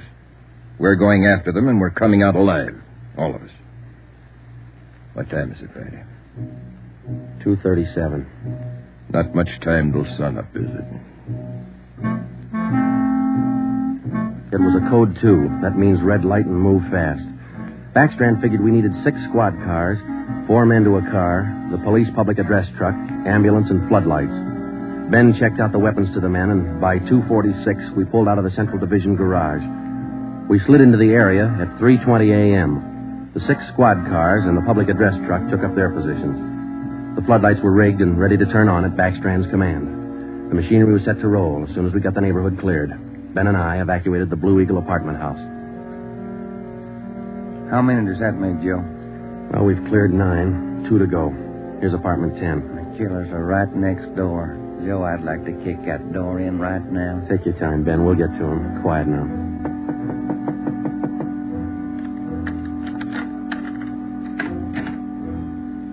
Yeah, what is it? Police department. May we come in? Yeah, of course. What's the trouble? No trouble. We're evacuating the building. Now, we'll have to ask you to leave by the back door. We'll notify you when to return. Please leave quietly and lock your door. What's going on? No time to explain. Thank you very much for your cooperation. Okay, now, we'll skip 11 and go to 12. Yeah.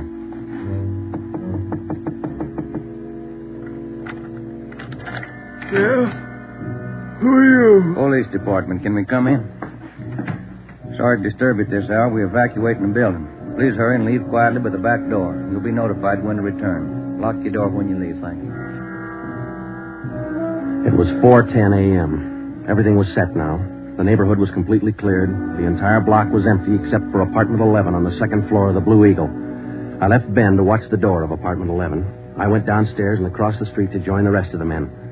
It was Ed Backstrand's show from here on. That's it, Ed. All set. Baker, Moorheim, all clear? All clear, Chief. Baker, you and Moorheim take 3 men and cover the rear of the building. Right. Is that detail covered Hawthorne Street? They're all set, Ed. How about the vacant lot? Taken care of. The rest of you men? Yeah.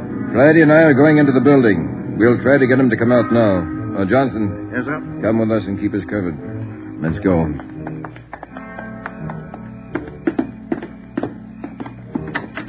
Apartment 11's up at the head of the stairs, Ed. Right.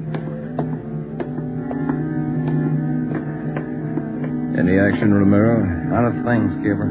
Keep down, all of you. I'll try to get them out. Jantz, Bemis, Sickle, you're all alone. The building's clear. Come on out with your hands behind your head. Come on out, Jantz, or we'll come in and get you. You hear me?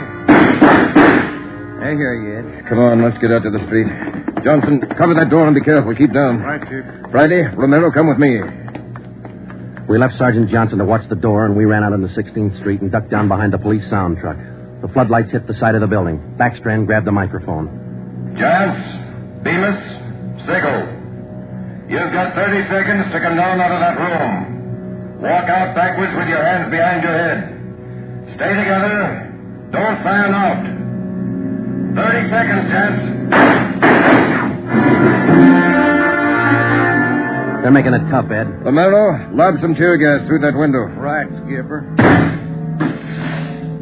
Come on out, Bemis. We're giving you a chance. That's more than you gave that cop in the bar. Come on out.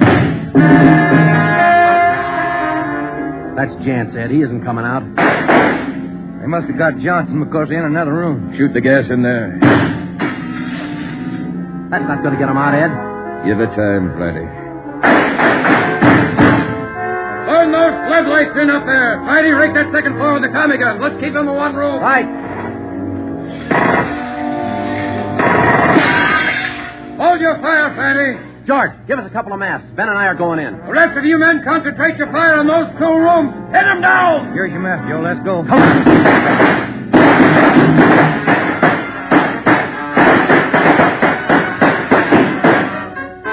Put that mask on, Ben, and keep down. Yeah, wait a minute.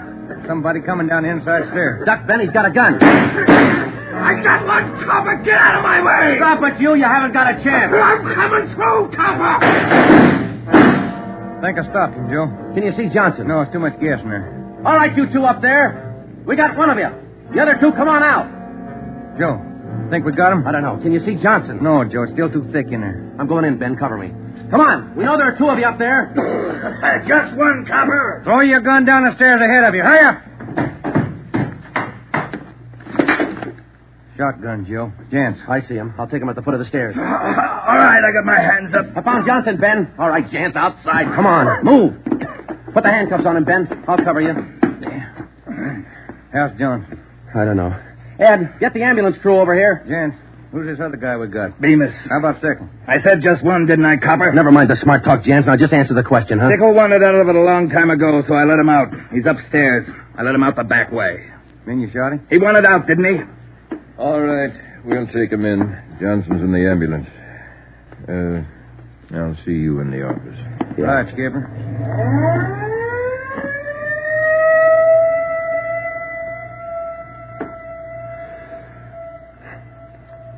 How about a smoke, huh? No. Yeah. Here you go. Backstrand said he didn't want those men to see another sunrise. Yeah.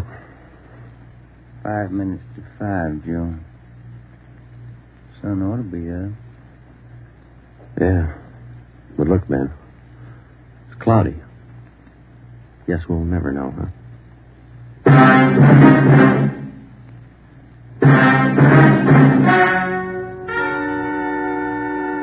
The story you have just heard was true.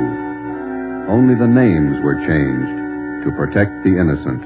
Edgar Red Jans, the sole survivor, was tried and convicted and sentenced to be put to death in the state penitentiary in the manner prescribed by law.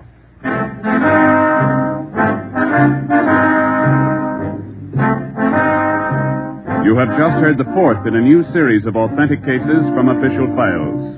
Technical advice for Dragnet comes from the office of C.B. Horrell, Chief of Police, Los Angeles Police Department. Tonight's program is dedicated to Radio Car Patrolman Forrest E. Sawyer of the Denver, Colorado Police Department, who on the evening of March 8, 1937, gave his life so that yours might be more secure.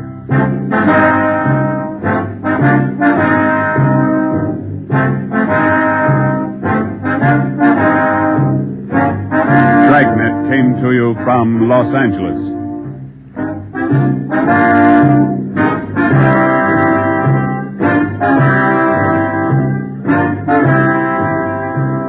This is NBC, the national broadcasting company.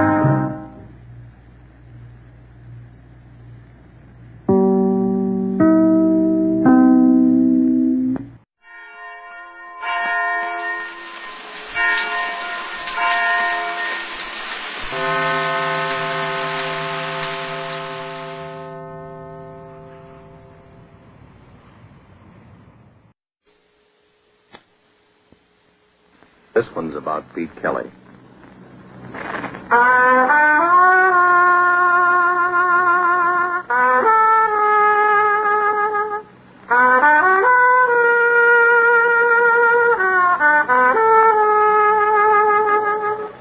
It's about the world he goes around in.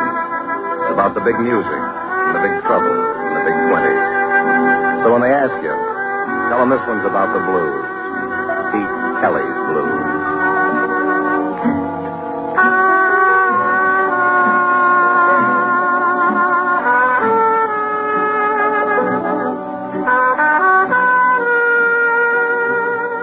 Pete Kelly's Blues, starring Jack Webb, with story by Joe Eisinger and music by Dick Ketchum.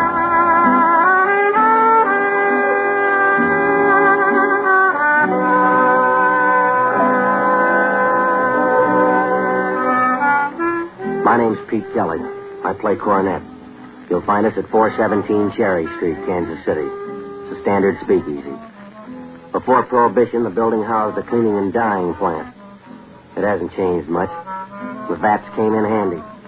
It's still tough to get a clear gin, but a lady likes the idea of a drink to match the color of her dress. The lease is owned by George Lupo. He's a fat-fronted little guy who wouldn't harm a fly. There's no money in harming flies. We start every night about 10 and play till the customers get that first frightening look at each other in the early light. Lupo's working on a scheme to push the dawn back for at least one more hour. I don't think he'll make it, but I wouldn't want to risk a buck against him. The last night, everything was routine until I saw her again. We were just winding up the third set when she came in, flanked with the same deadpan gunsel. She sat alone at the same table, ordered the same drink, smoked the same Egyptian deities, and gave me that same loving look.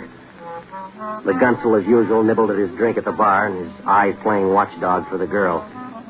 This was the fifth night, 4 nights running, same girl, same gunsel, same routine. Sit for 5 solid hours, drink, smoke, and work me over with her eyes, reach down deep for a sigh, and leave with deadpan right behind her. Well, I didn't like it. I was beginning to taste salt on my tongue. We went into a finish, and the girl looked once at the gunsel. He nodded, left the bar, and started to the stand.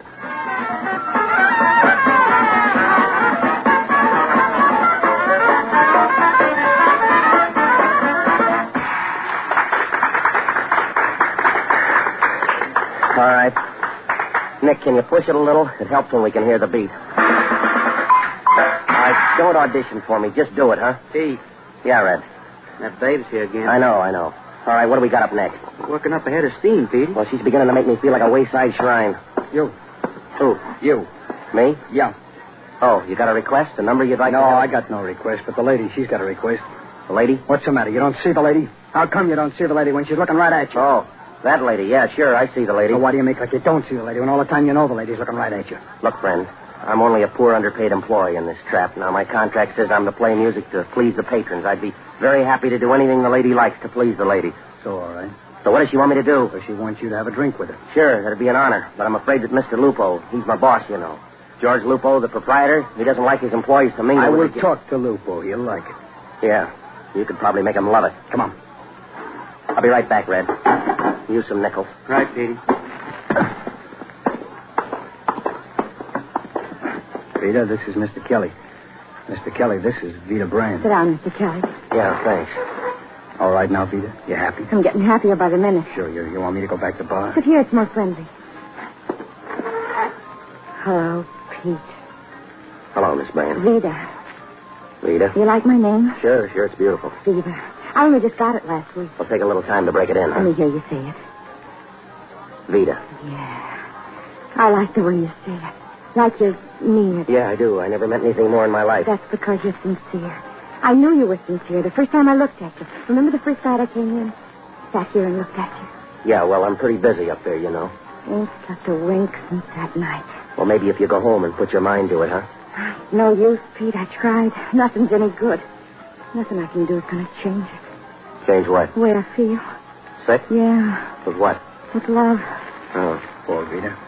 Yeah, well, beautiful girl like you, no trouble finding another man. I don't want another man. You don't want another man. I want you. That's what Vita wants, you. I love you, Pete. Yeah, sure. Well, that's the way it ought to be. Everybody love everybody else. It's a better world.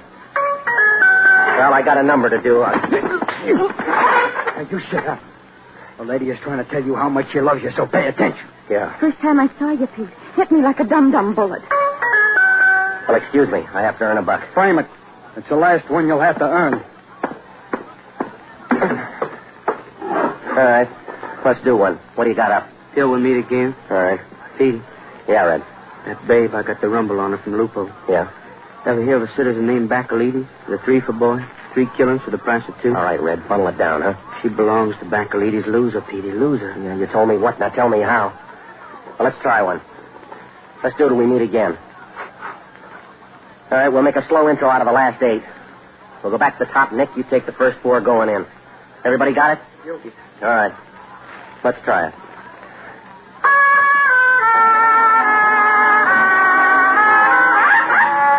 Come on, let's all play it, huh?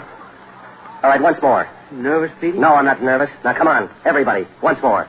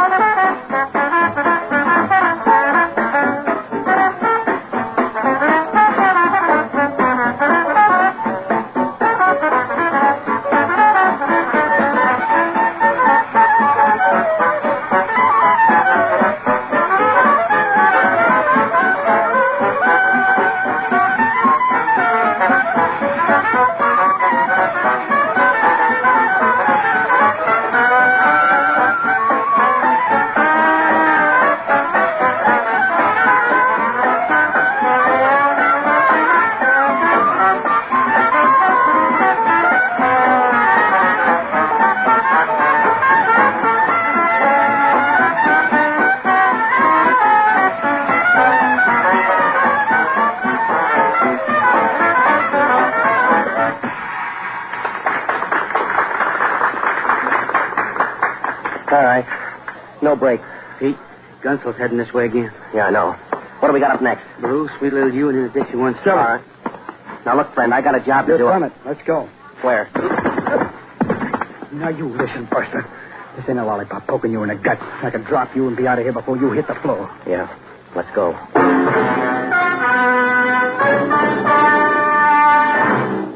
Well, we went outside. The Hispano out in front probably wasn't as long as it looked. We've got fairly short blocks in this part of town. Vita took the wheel. She banked low around the corner, pulled out of a half Immelman, gained a little altitude, and flew blind for downtown Kansas City. Vita glanced at me from the corners of charged eyes. Itch just glanced at me. I leaned my head back and closed my eyes.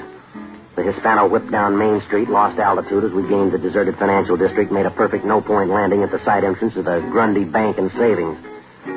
Well, we went into the bank through the family entrance. One light was burning, and it hung low over the biggest dice table I ever saw in any bank. The stick man was busier than a flea on a fat lady. He called the plays and called the points, and not one of the 50 torpedoes glanced at us as we climbed a short flight to an upstairs office. 2 men were in the room. One, a shadow dressed in dark clothes, looked through a small window onto the dice game down below.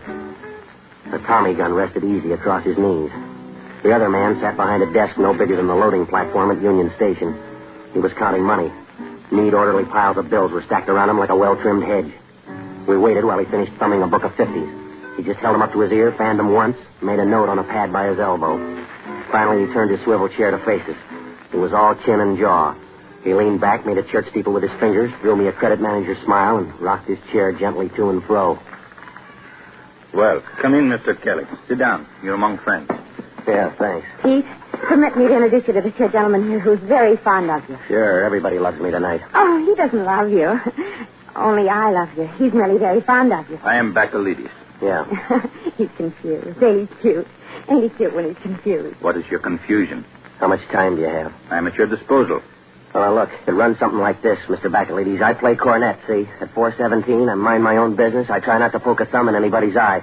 Well, I noticed this young lady here sitting out front, and tonight she asked me to have a drink with her. Well, naturally, I'm flattered. Yes, but, yes, I know all this, but what is your confusion? Well, it seems that this young lady here has some kind of an idea that she sort of likes me and... Loves you, Mr. Kelly. Yeah, well, loves me, like you say. Well, I don't figure myself for no Rudolph Valentino, so I get an idea that it's a rib, and especially since I know how both of you... Not both. One. Me, I love Vida very much. Oh, darling, you're sweet. Yeah, that's right, for a fact. And when Vida thinks it over, I'm sure There's nothing more to think over, Mr. Kelly. Vida has stopped loving me, all right, I face it. It makes me very unhappy, but I face it. Now she loves you. She wants you. I know how unhappy this can make her. I do not like for Vida to be unhappy, so Vida and me, we talk it over. We decide you will marry Vida. Thank you, darling. You're sweet. There's nothing, Vida. You know how I will do anything to make you happy, anything. All right, now how about doing something to make me a little happy, huh?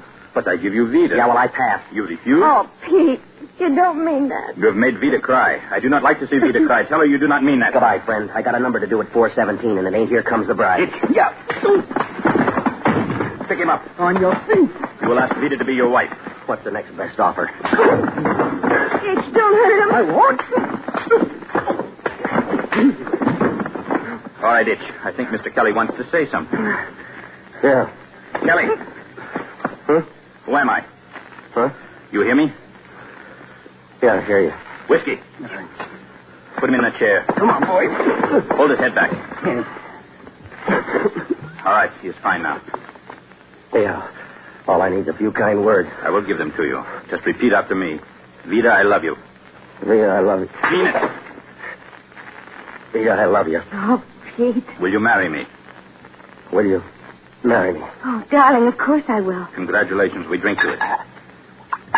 To the happy bride and groom. Long life. Long life. Long life. Yeah. Now, here's how. Tomorrow afternoon, you and Vida will marry in City Hall. Itch will be best man. Then you go on a nice long honeymoon, drive to Canada in my Hispano, which I give Vida for a wedding present. Look, I got a job here in town, 417 Cherry. Go back to that crib. Tell the boss you quit. Tear up your cornet. I'm loaded, Pete. Loaded. All right. Here's a pound of 50s. Tomorrow morning, you buy some clean clothes, top to bottom, inside and out. You will meet Vida at City Hall, 2 o'clock. Here's the key to the Hispano. Take it. Now kiss Vida good night. Yeah. Good night, Angel. I'll be the happiest bride in the world. Sure. And you'll be the happiest bridegroom. Yeah, or the saddest step.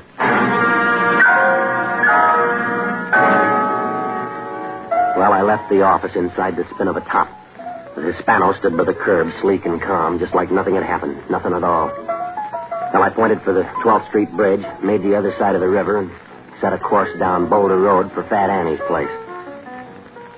Oh, I tried to imagine life with Vida Brand. And then I thought of 6 painless ways of committing suicide. And I began to feel better. Fat Annie's place was doing a fair business for the lull hours. Maggie Jackson was standing back by the piano. I groped my way to the bar, ordered a bromo and ammonia, and listened.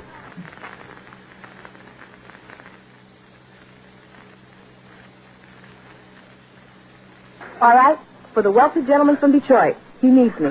All right, Ray. He needs me. He doesn't know it, but he needs me. And so no matter where he goes, though he doesn't care,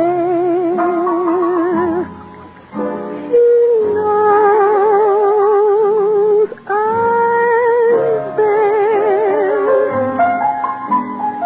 He needs me. I gotta follow where he leads me, or else he'll never know that I need him. Just as he needs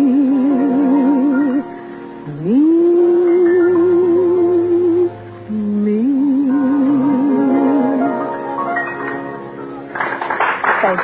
Thank you.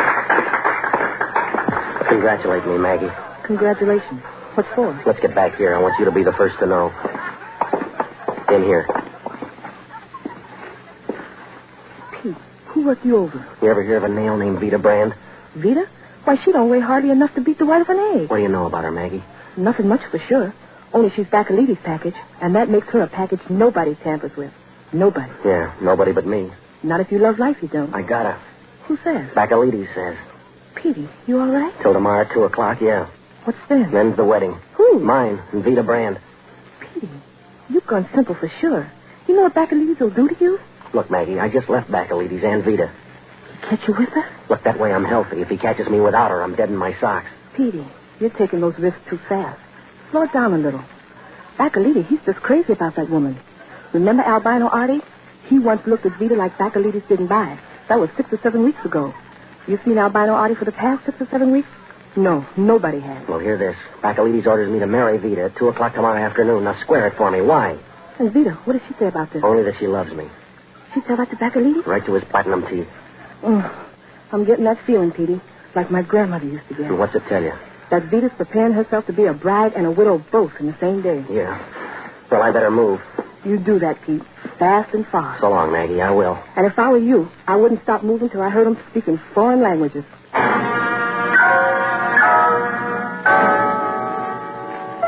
Well, marry Vita and I'm a dead bridegroom. Don't marry Vita, I'm a dead bachelor. Well, I decided to try to be a live fugitive. I raced the Hispano back across the river, pulled up sharp in front of 417 Cherry. The brakes never made a sound. Lupo was pounding the cash register with both fists. He threw the usual glare at me as I pushed through to the bandstand.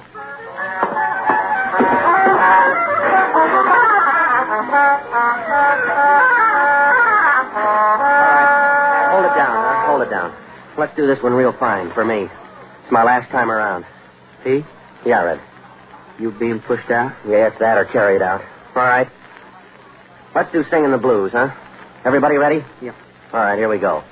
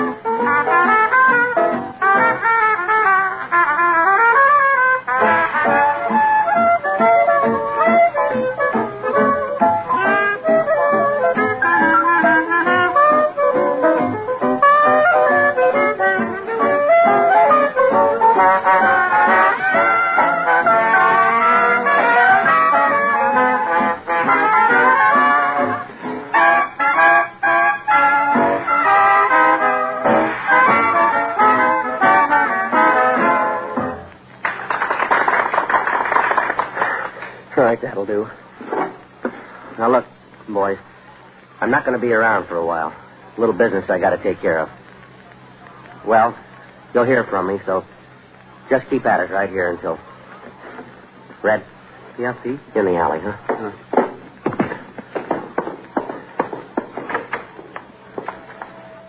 Look, Red, I'm in a jam. What can I do to help you? Thanks, but nothing. I got to keep moving. Maybe cool off in a couple of weeks, maybe not. Meantime, try to keep the boys together, huh? Sure. Well? comrade. Take care of yourself. Need any? Couple of bucks, Erskine? Anything? No, I'm fine. I'll see you.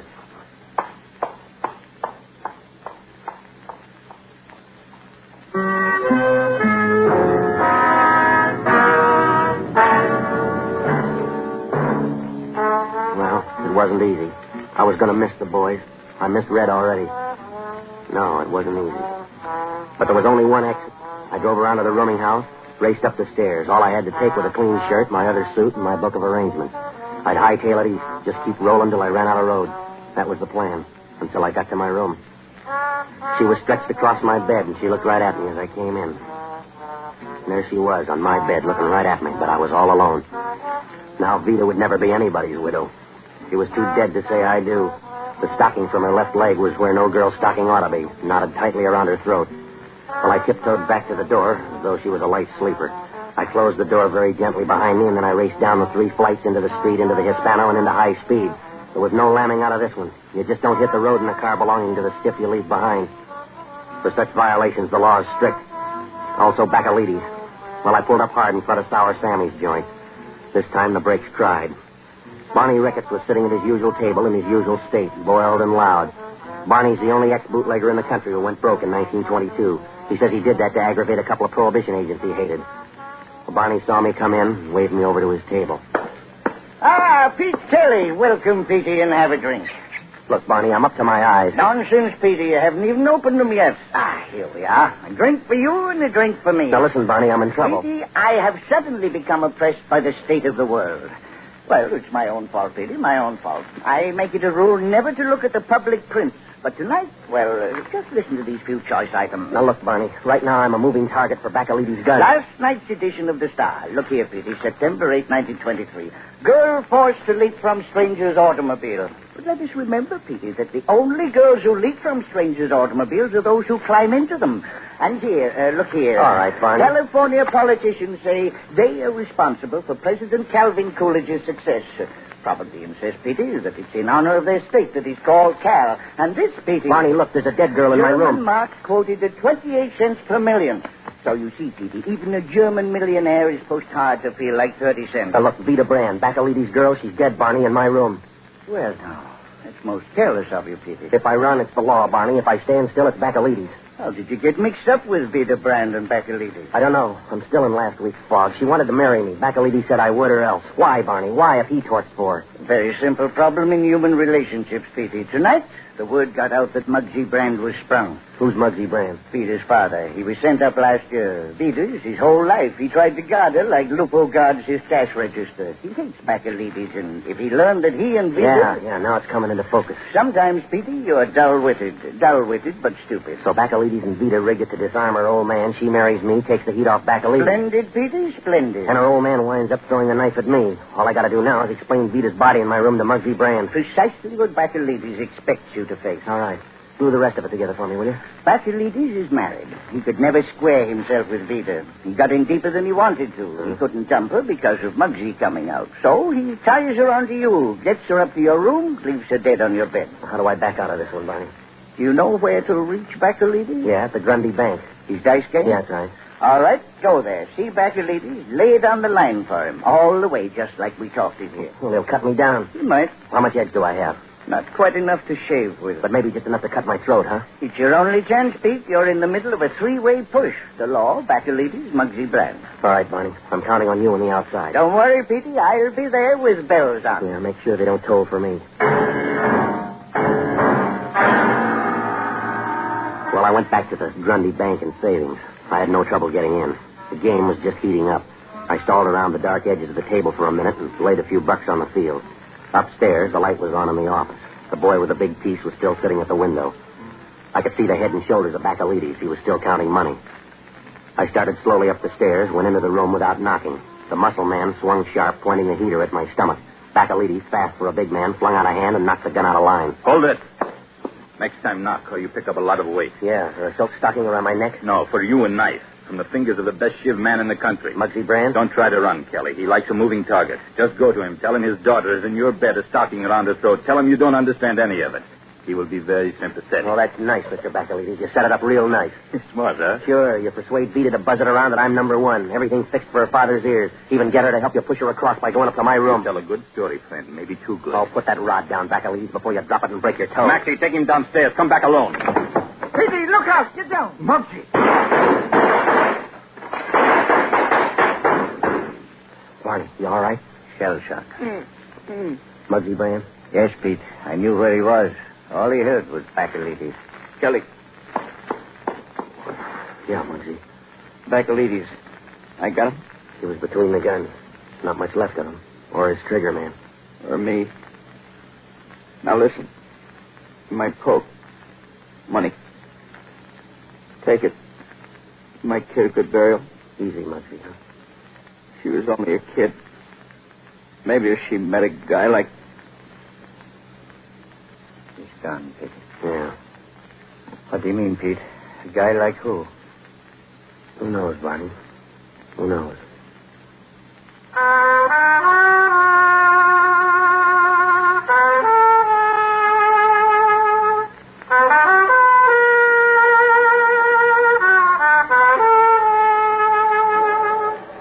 Pete Kelly's Blues, starring Jack Webb, with story by Joe Eisinger and music by Dick Cathcart, scoring by Matty Matlock.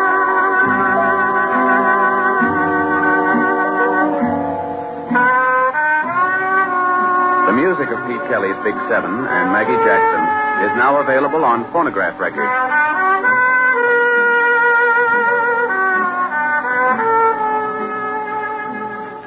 The proceeding was transcribed. It's the Silver Jubilee on NBC. There's another thrilling adventure in store for you tonight with Les Damon as the hard-hitting adventurer known as the Falcon. Later, hear the best in music, the tunes which America is singing. Yes, we bring you a sparkling new program devoted to the best in popular music and presided over by well-known musical director Meredith Wilson. Tonight, make a listening reminder to hear Meredith Wilson's Music Room. Les Damon as the Falcon, tonight on NBC.